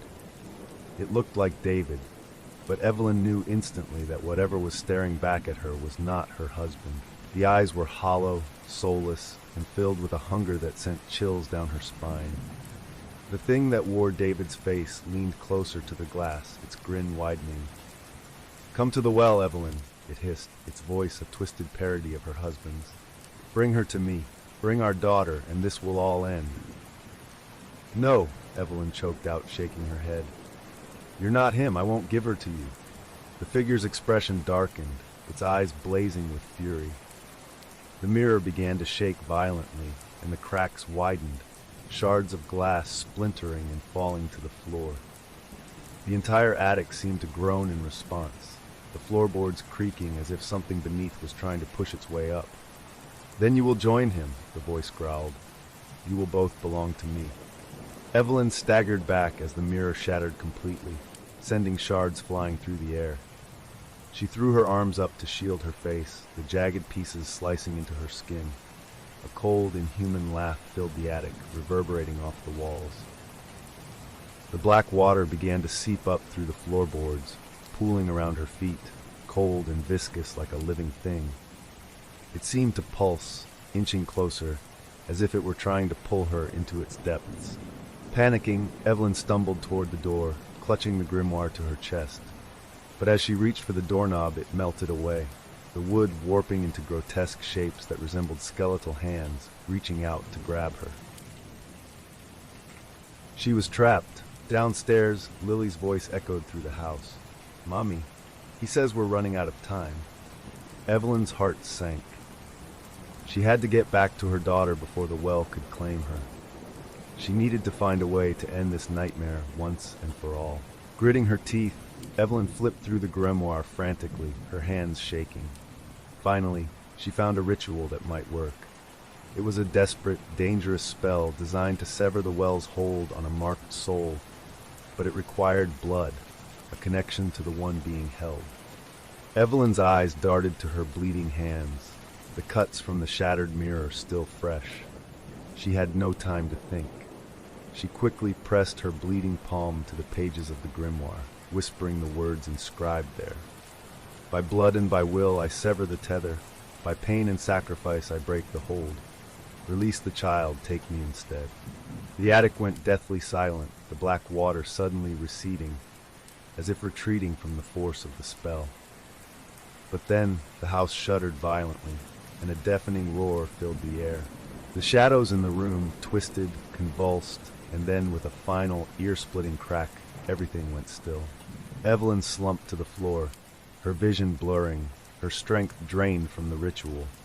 She could hear Lily's voice calling her faintly from downstairs, but it sounded distant, almost like it was coming from another world. "Mommy, Mommy, please come back." Gathering the last of her strength, Evelyn forced herself to her feet and staggered toward the door, which had finally returned to its normal shape. The house was silent now, the oppressive darkness that had filled it seeming to lift. But as she made her way down the stairs, clutching the grimoire like a lifeline, she couldn't shake the feeling that she had only made things worse. The well was angry now, furious even. And whatever was inside it was no longer satisfied with whispers and threats. It was coming for them, and it was no longer content with a single sacrifice. As she reached the bottom of the stairs, she saw Lily standing in the hallway, her eyes wide with terror. "Mommy, he's here," Lily whispered, pointing toward the front door. The door slowly creaked open, revealing a figure standing on the other side. It was David, or what was left of him. "Evelyn," he said, his voice a horrible guttural rasp. "I told you, the well is never satisfied." The figure at the doorway looked like David, his familiar silhouette, the way he stood with one shoulder slightly slumped, but there was something terribly wrong. The once warm, gentle eyes that Evelyn had known for so many years were now hollow, black pits that seemed to drink in the light. His skin was ashen, with patches of dark rot spreading across his face, and his mouth twisted into a grotesque smile that revealed jagged, unnatural teeth. "Evelyn, I've missed you," he rasped, the voice like nails on a chalkboard. It was David's voice, but it was twisted, corrupted, as if spoken through a throat filled with gravel. Lily whimpered, clutching Mr. Floppy to her chest. her eyes wide with terror. "Mummy, that's not Daddy!" she cried, backing away until she was pressed against the wall. Evelyn's heart pounded so hard she thought it would burst out of her chest. She had seen David disappear into the well. She had heard his screams. Whatever was standing in front of her now was not her husband. It was something else, wearing his skin like a mask. "David, or whatever you are, stay back!" Evelyn shouted, holding up the grimoire as if it could somehow protect her. The pages fluttered in a sudden gust of cold wind, the ancient ink almost glowing in the dim light. The thing that wore David's face tilted its head, as if amused. "You think that little book can save you? The well is hungry, Evelyn, and you know the price. One sacrifice was not enough. It wants more. It wants you both." Before she could react, the creature lunged forward with unnatural speed, its claw-like hands reaching for her throat. Evelyn screamed and instinctively raised her arm to block the attack, but it was too fast. Just as its cold fingers brushed her skin, Lily let out a piercing scream. "Leave my mommy alone." The air seemed to vibrate, and the creature froze, its eyes widening in surprise. Lily's voice had a strange resonance to it, a power that Evelyn had never heard before. The entity that wore David's face hesitated, its grin faltering. Seeing her chance, Evelyn grabbed Lily's hand and pulled her away, sprinting down the hallway. "We need to get out of here," she yelled. But even as they ran, the house seemed to shift and warp around them, the walls stretching like sinew, closing in to trap them. Behind them, the creature howled in rage. The sound was otherworldly, a guttural roar that shook the very foundation of the house. "You cannot escape," it bellowed. "The well claims what it is owed." The temperature plummeted, and the black water began to seep through the cracks in the floor again, spreading like a creeping tide. Evelyn's feet slipped on the slick surface, nearly sending her sprawling, but she tightened her grip on Lily's hand and kept moving. The hallway seemed to stretch on endlessly, turning into a labyrinth of darkened corridors that Evelyn didn't recognize. Every door they passed slammed shut behind them, as if the house itself were trying to funnel them towards some dark fate. "Mommy, where are we going?" Lily gasped, her voice trembling with fear. "I don't know, honey," Evelyn admitted, tears streaming down her face. "I'm just trying to find a way out." But deep down, she knew the truth. There was no escaping the house. It had become an extension of the well's malevolent hunger, a prison designed to trap them until it got what it wanted. Finally, they burst into the living room, panting and desperate. The fireplace, which had been cold and unused for years, was now roaring with blue flames that cast eerie shadows across the room. In the center of the room stood Mr. Thompson, the old neighbor who had warned her just hours ago. But his face was twisted in horror, his eyes wide as if he had seen something unspeakable. "Thompson, what's happening?" Evelyn cried, clutching Lily to her side. The old man turned slowly, his eyes hollow. "I told you, the well never lets go," he whispered, his voice cracking. "It's not just a place. It's a hunger that consumes everything it touches. It will twist your loved ones into monsters, use their voices, their faces, to break you." As he spoke, the front door behind him swung open with a deafening crash, revealing the figure of David once more. Only now, his form was deteriorating rapidly, pieces of his flesh sloughing off to reveal the writhing black mass beneath. "Run, Evelyn!" Thompson shouted, stepping between her and the creature. "I'll hold it off as long as I can." "No, you can't," Evelyn began, but the old man turned to her with a look of resolve. "This is my debt to pay," he said, pulling a small vial from his coat and hurling it at the creature. The glass shattered, and the black mass screamed as the liquid hissed and bubbled on its surface. "Go!" Thompson roared, his voice filled with a desperation that sent Evelyn scrambling for the back door. Clutching Lily's hand, she fled, not daring to look back as the sound of Thompson's screams filled the air. They burst out into the cold night, the moon hidden behind thick clouds. The only light came from the house itself, which seemed to glow with an unnatural, sickly hue. Evelyn's lungs burned with every breath, but she kept running, dragging Lily toward the only place she could think of, the well. If the house was truly tied to the well, maybe, just maybe, she could end this nightmare where it began. The clearing where the well stood was even darker than before, the shadows so thick they seemed to swallow the light from her flashlight. The iron cover that they had placed over the well was once again pushed aside, as if whatever was inside had burst free. Lily pulled on her hand, her eyes wide with terror.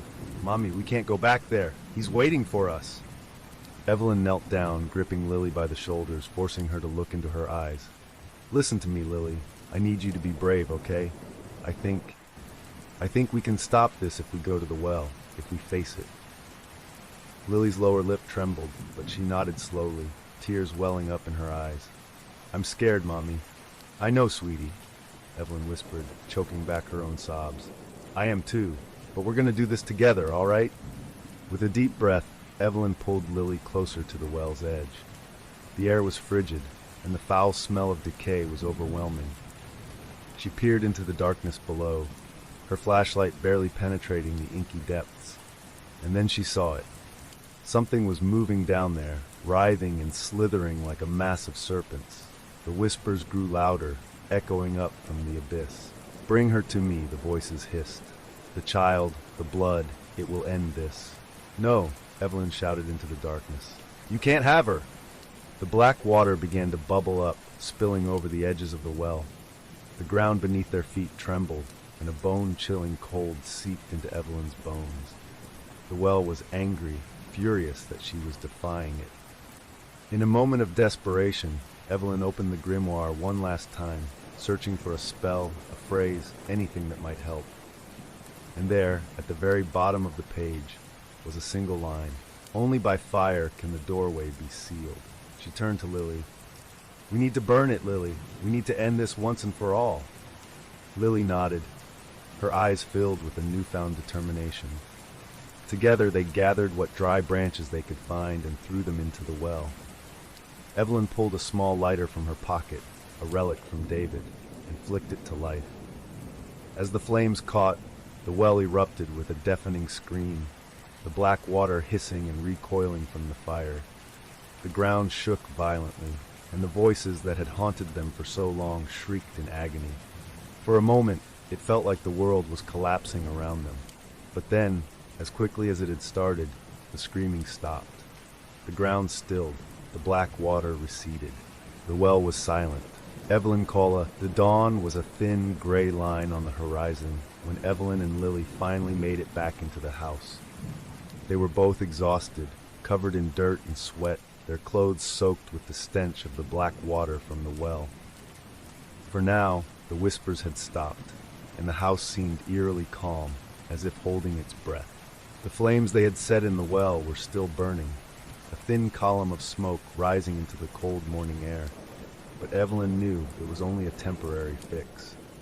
The fire had driven back whatever dark force lurked beneath, but she could still feel its presence, like a shadow pressing against the edges of her mind. The house, however, had become a silent observer. The walls no longer groaned, and the black water had stopped seeping from the cracks. For a moment, Evelyn dared to hope that maybe, just maybe, they had driven it back for good. But that hope was shattered as soon as she stepped through the front door. The house was in ruins. The furniture was overturned, shattered glass littered the floors, and the air was thick with the lingering scent of decay. It looked as if a hurricane had swept through the place. Lily clung to her side, her small body trembling. "Mommy, is it really over?" she whispered, her voice tinged with a hope Evelyn couldn't bear to squash. Evelyn forced a smile, brushing a hand through Lily's tangled hair. "For now, sweetie, for now." But deep down she knew better. The well wasn't done with them. Not yet. Evelyn couldn't afford to rest. She knew they were living on borrowed time. The grimoire, now worn and covered in her own blood from the ritual, had hinted at a darker truth. The well was not just a portal. It was a prison for something ancient and unspeakable, something that had been sealed away long before this house had ever been built. But now the creature was awake, and it was hungry. She needed answers and fast. Leaving Lily in the kitchen with a cup of hot chocolate to calm her nerves, Evelyn made her way back to the attic. The place still reeked of burnt wood and ozone from the shattered mirror, but she couldn't shake the feeling that there was something she had missed. If there was a way to end this curse once and for all, it had to be hidden somewhere in the remnants of Amos Thorne's possessions. As she sifted through the piles of dusty old books and crumbling papers, she came across an old, locked wooden box that she hadn't noticed before. Its surface was engraved with strange symbols that glowed faintly in the dim light. With shaking hands, she forced the box open. Inside, she found a stack of letters, their edges frayed with age. The top letter was addressed to Amos Thorne from a man named Father Samuel Whitaker, dated nearly 150 years ago. Amos, the well you have discovered is not merely cursed. It is a gateway to something far darker, a creature bound within, a creature that craves the souls of the living to sustain itself. The rituals you attempted can only delay its hunger. To truly end it, you must find its source deep within the well. But be warned, the creature can mimic those you love. It will use their voices, their faces, their memories to lure you into its grasp. You must not trust it. Evelyn's heart pounded in her chest. The well was not just a portal, it was a gateway to whatever horrific entity lay beneath. And if Father Whitaker's letter was to be believed, the only way to truly end this nightmare was to face the creature itself in the depths below. A cold resolve settled over her. She would not let this thing take Lily. She would do what Amos Thorne could not. She would descend into the well and confront whatever dark force had claimed her husband and now sought her daughter. Gathering what supplies she could find, flashlights, rope, and a small hunting knife she had found in the basement, Evelyn returned to the kitchen where Lily waited. The little girl's eyes were wide with fear as she watched her mother strap the knife to her belt. "Mommy," Evelyn knelt down, taking Lily's small hands in her own.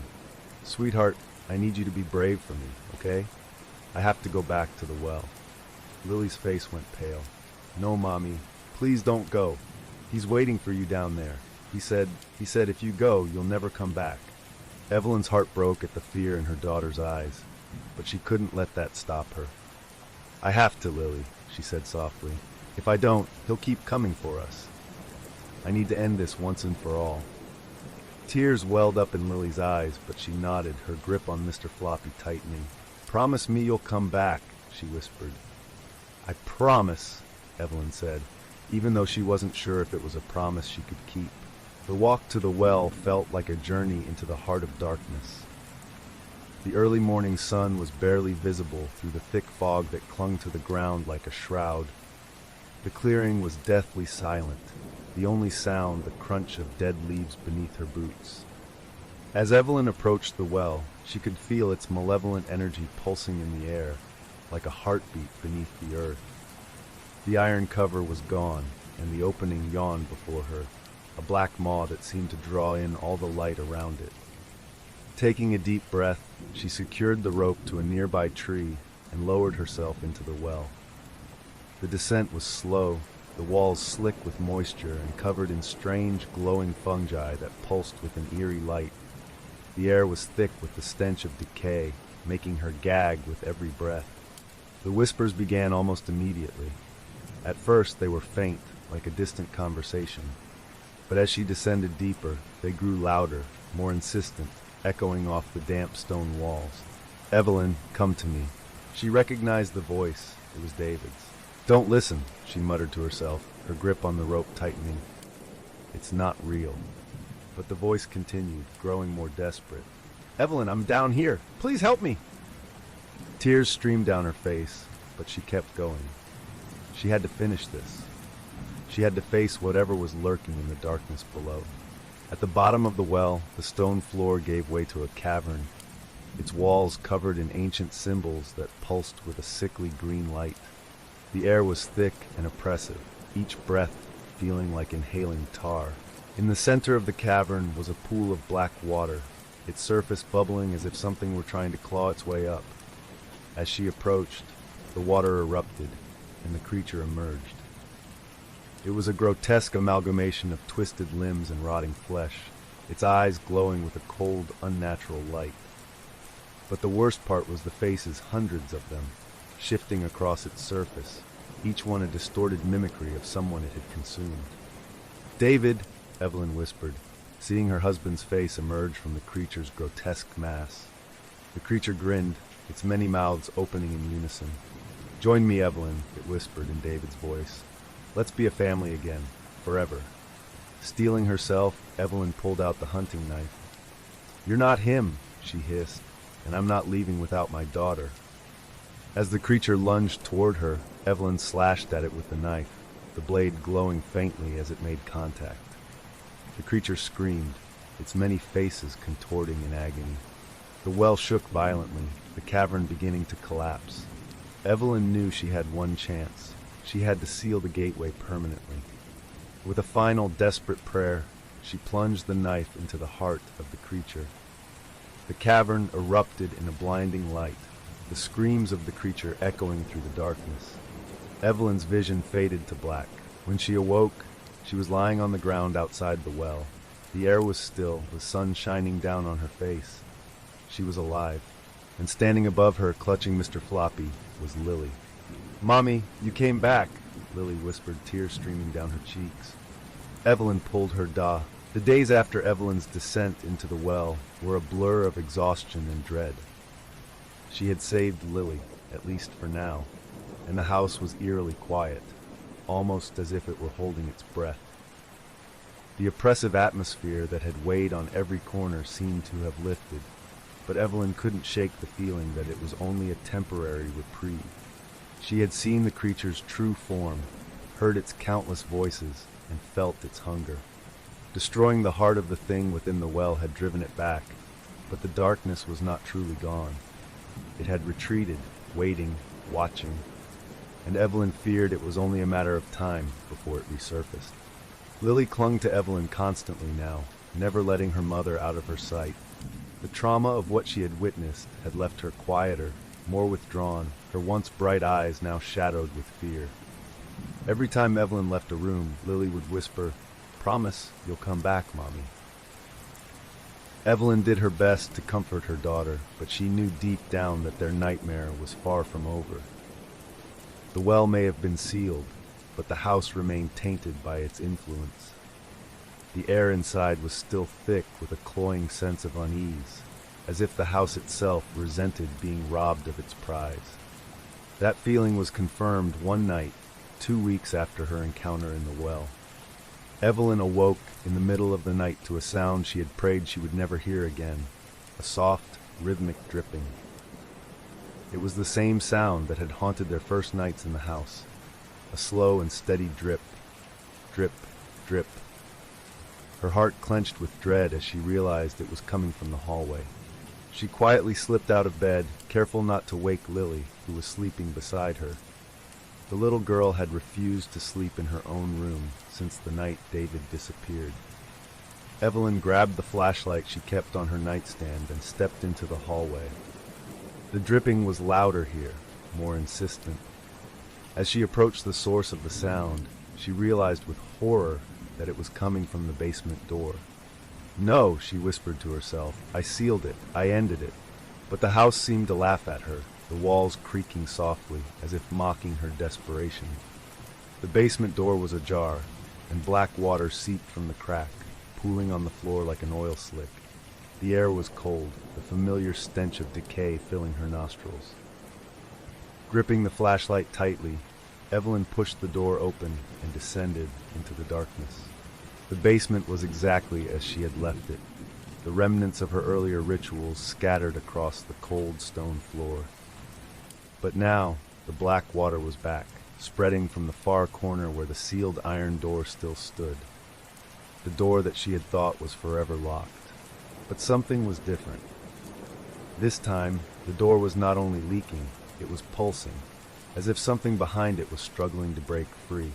A low, guttural whisper filled the air, the same one that had haunted her nightmares.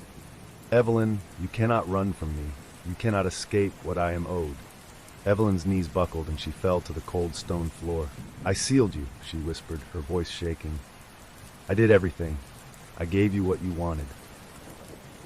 The whispers intensified, filling the room with a cacophony of overlapping voices.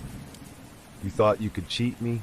You thought a knife and a flame could end what has been bound for centuries? No, Evelyn. The well's hunger is eternal, and you have only delayed what is inevitable. Tears streamed down Evelyn's face. What do you want from me? She screamed, her voice raw with desperation. I gave you David. I gave you what you demanded. The whispers paused, and then a single voice, soft, almost gentle, filled the silence.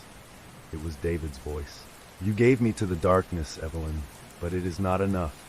The well must have a willing sacrifice, one who gives their soul freely. It cannot be taken, it must be offered. Evelyn's heart twisted painfully.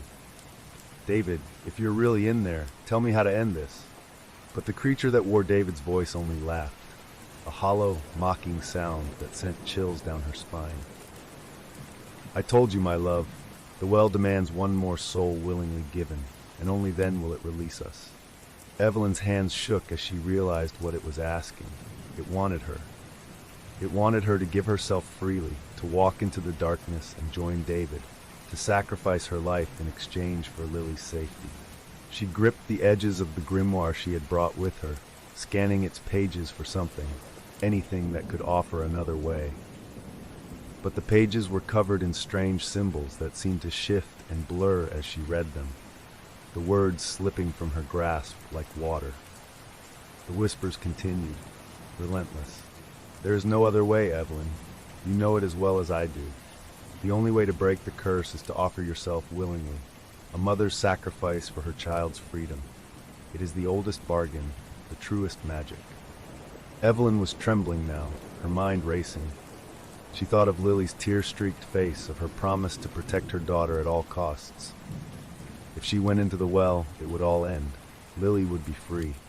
The house, the darkness, the whispers, they would finally stop. But could she really trust the creature? Could she believe that sacrificing herself would truly free Lily from its grasp? Then she heard it.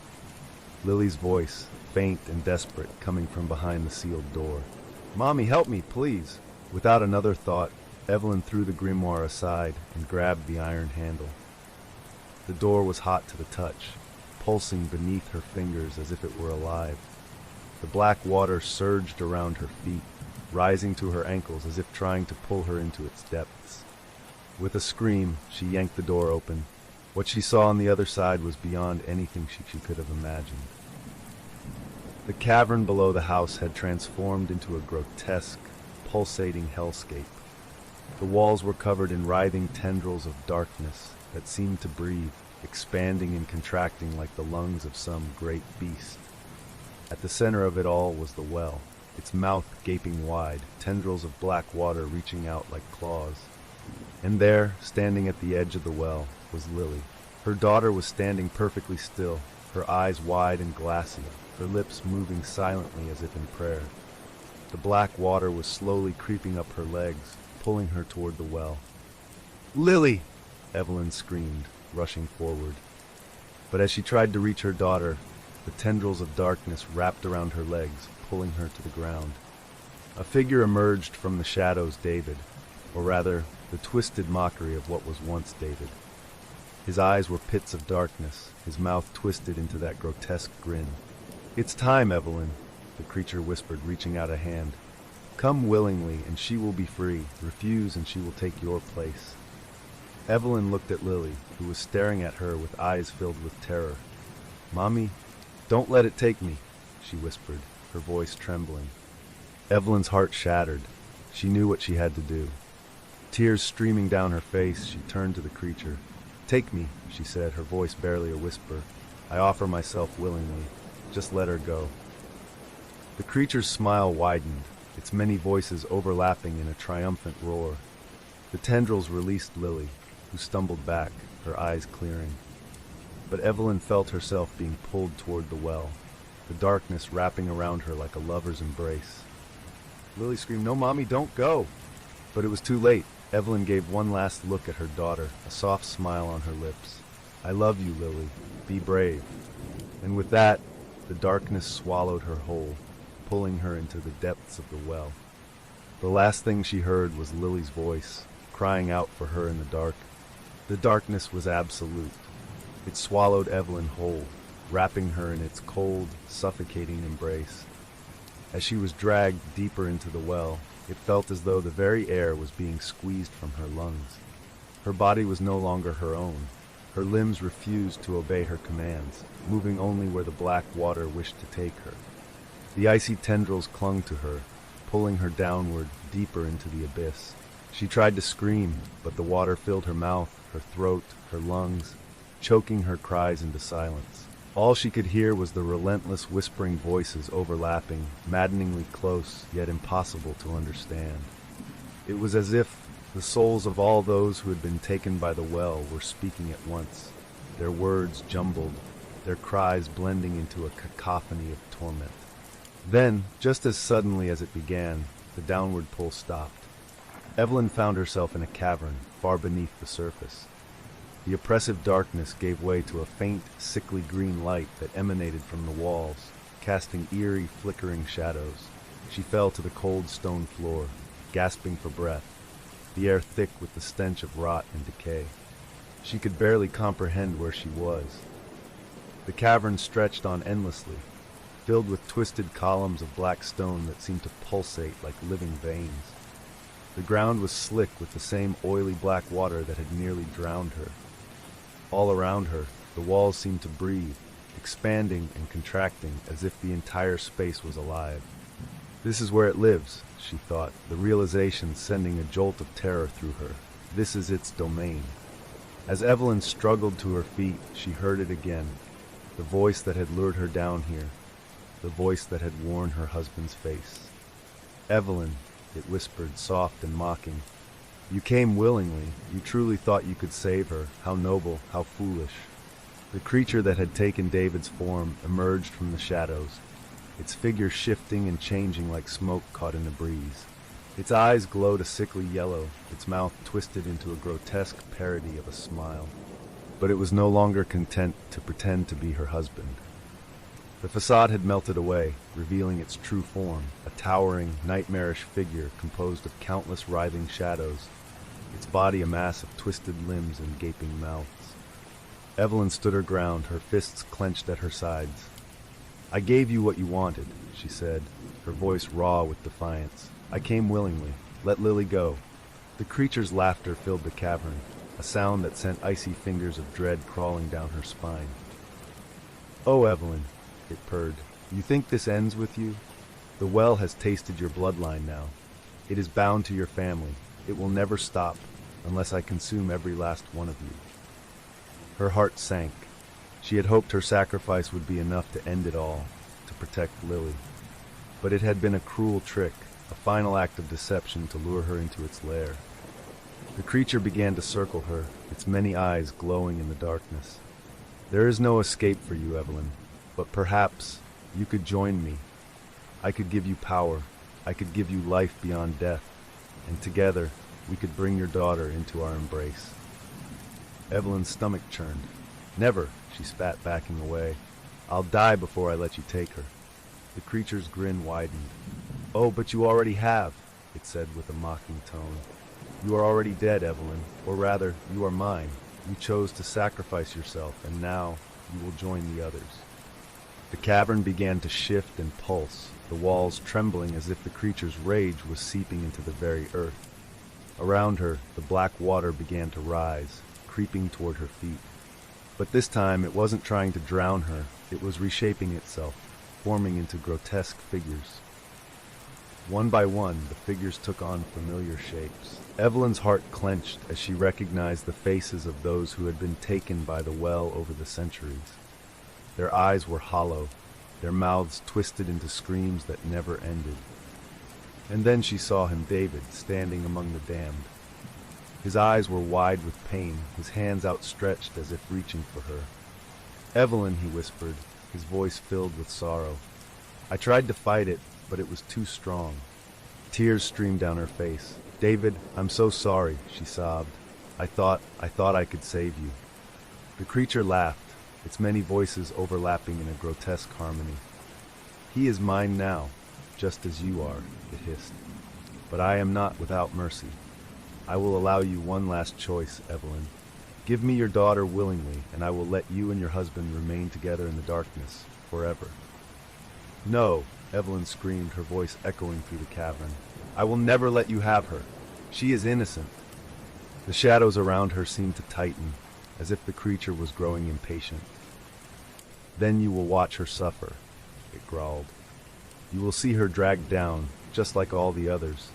She will call for you, but you will be powerless to help her. And when she finally succumbs, her soul will feed me for centuries." Evelyn's mind raced. There had to be a way out, some way to turn the creature's own twisted rules against it. She remembered the grimoire, the ancient texts that spoke of the well's hunger, its need for willing sacrifices. It had tricked her into offering herself, but maybe, just maybe, she could use that same rule against it. Taking a deep breath, Evelyn steeled herself. "You said I came willingly," she said, her voice shaking but determined. "That was the bargain. But you're wrong, I didn't offer myself to you. I offered myself to break your hold." The creature paused, its many eyes narrowing. "What are you saying?" Evelyn's heart pounded as she continued. "You said the well requires a soul willingly given, right? Well, I didn't come here to join you.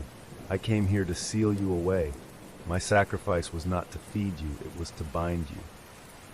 The creature roared in fury, the ground shaking beneath her feet. "Lies!" it screamed, lunging toward her. But Evelyn had already pulled the knife from her belt, the one she had used to wound the creature before. "By my blood, I sever the bond," she cried, plunging the blade into her own hand. The black water erupted around her, hissing and writhing as the ground beneath her feet trembled. The cavern began to collapse, the shadows screaming in agony as the light from Evelyn's blood cut through the darkness like a beacon. The creature shrieked, its form unraveling, the faces it had stolen melting away. "Evelyn, no!" David's voice called out, but she couldn't stop now. She had to finish this. "I bind you to this place," she screamed, "forever. You will never take another soul." With a final, desperate thrust, she plunged the knife into the ground. The cavern exploded with light, the creature's screams fading into a distant echo as the world around her disintegrated into nothingness. When Evelyn opened her eyes again, she was lying on the cold ground outside the well. The sun was rising, casting a golden light over the clearing. The air was still. The oppressive darkness that had hung over the land finally lifted. She struggled to her feet, her vision blurred, her body weak. And then she heard it, a voice soft and filled with relief. "Mommy, you did it." Lily stood at the edge of the well, her face streaked with tears, but her eyes were clear and bright. Evelyn stumbled toward her, pulling her daughter into a tight embrace, sobbing with relief. "It's over, Lily," she whispered. "It's finally over."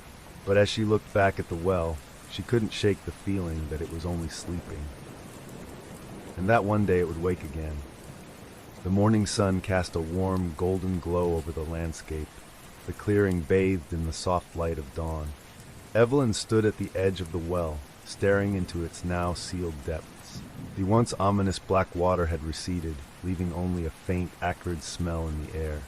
Lily clung to her side, her small fingers digging into her mother's arm, as if afraid that if she let go, Evelyn would disappear. "It's over, Lily," Evelyn whispered, her voice shaking with exhaustion. "We did it. It's finally over." Lily looked up at her, her eyes wide and filled with the kind of innocence Evelyn had thought they'd lost forever. "The voices? They're gone?" Evelyn forced a smile, stroking her daughter's hair. "Yes, sweetie, they're gone. You don't have to be afraid anymore." But even as she said the words, Evelyn felt a lingering sense of dread gnawing at her heart. She had done everything she could, faced the darkness, sacrificed herself, and fought against the ancient entity that had claimed David. But the memories of the cavern, the whispers, and the creature that had worn her husband's face refused to fade. She couldn't shake the feeling that the well had simply gone dormant, that it was biding its time. Back in the house, the air was different, lighter. The oppressive weight that had made it hard to breathe was gone, and the constant feeling of being watched had dissipated. The house was quiet, almost peaceful. The black water stains that had seeped from the walls were gone, leaving only faint traces like scars. Evelyn and Lily worked together to clean up the mess left behind. They threw out broken furniture, cleaned the shattered glass, and swept the floors. For the first time in weeks, the house began to feel almost normal. But Evelyn couldn't bring herself to sleep in the master bedroom, where she had shared so many memories with David. Instead, she and Lily set up camp in the living room, blankets and pillows strewn across the floor. They curled up together, watching the fireplace crackle softly, trying to find comfort in the simple act of being close. As the fire burned low, Lily began to doze off, her head resting on her mother's lap. Evelyn gently stroked her hair, staring into the dying embers. For a moment, she allowed herself to hope that they could move on, that the nightmare was truly over. But then, just as she was beginning to drift off to sleep, she heard it. A whisper, "Evelyn, it's not over."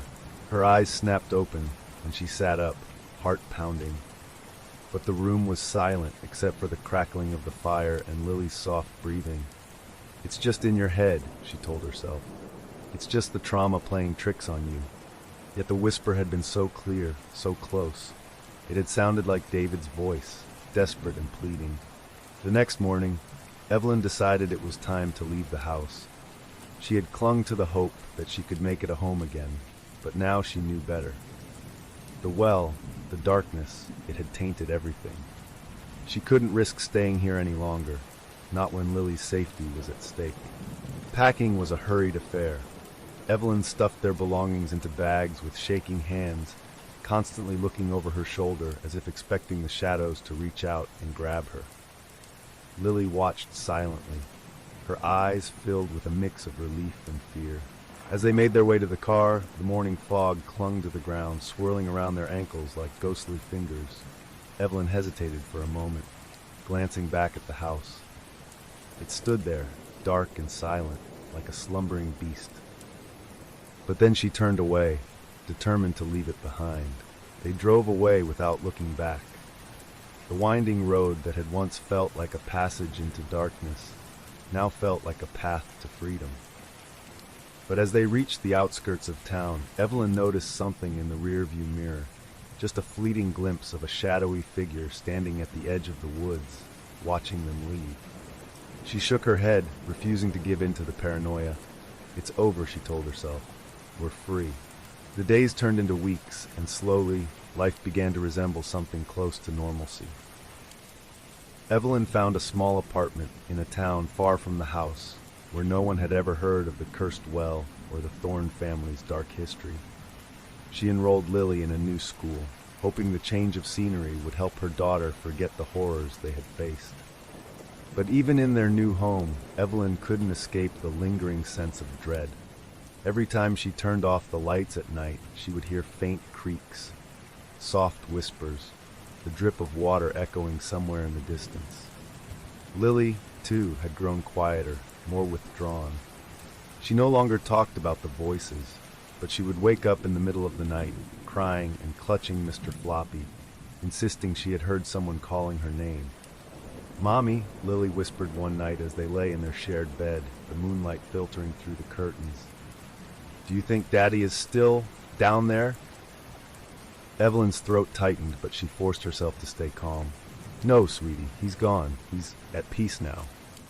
But even as she said it, she couldn't forget the look on David's face in that dark cavern, the agony in his eyes as he reached for her, begging for release. One night, nearly a month after they had fled the house, Evelyn woke up to a soft sound, faint, almost imperceptible. At first she thought it was just a dream, but as she sat up, she realized it was real. A slow rhythmic drip. Her heart froze. The sound was coming from the bathroom. Taking a deep breath, Evelyn grabbed the flashlight from her nightstand and made her way down the dark hallway.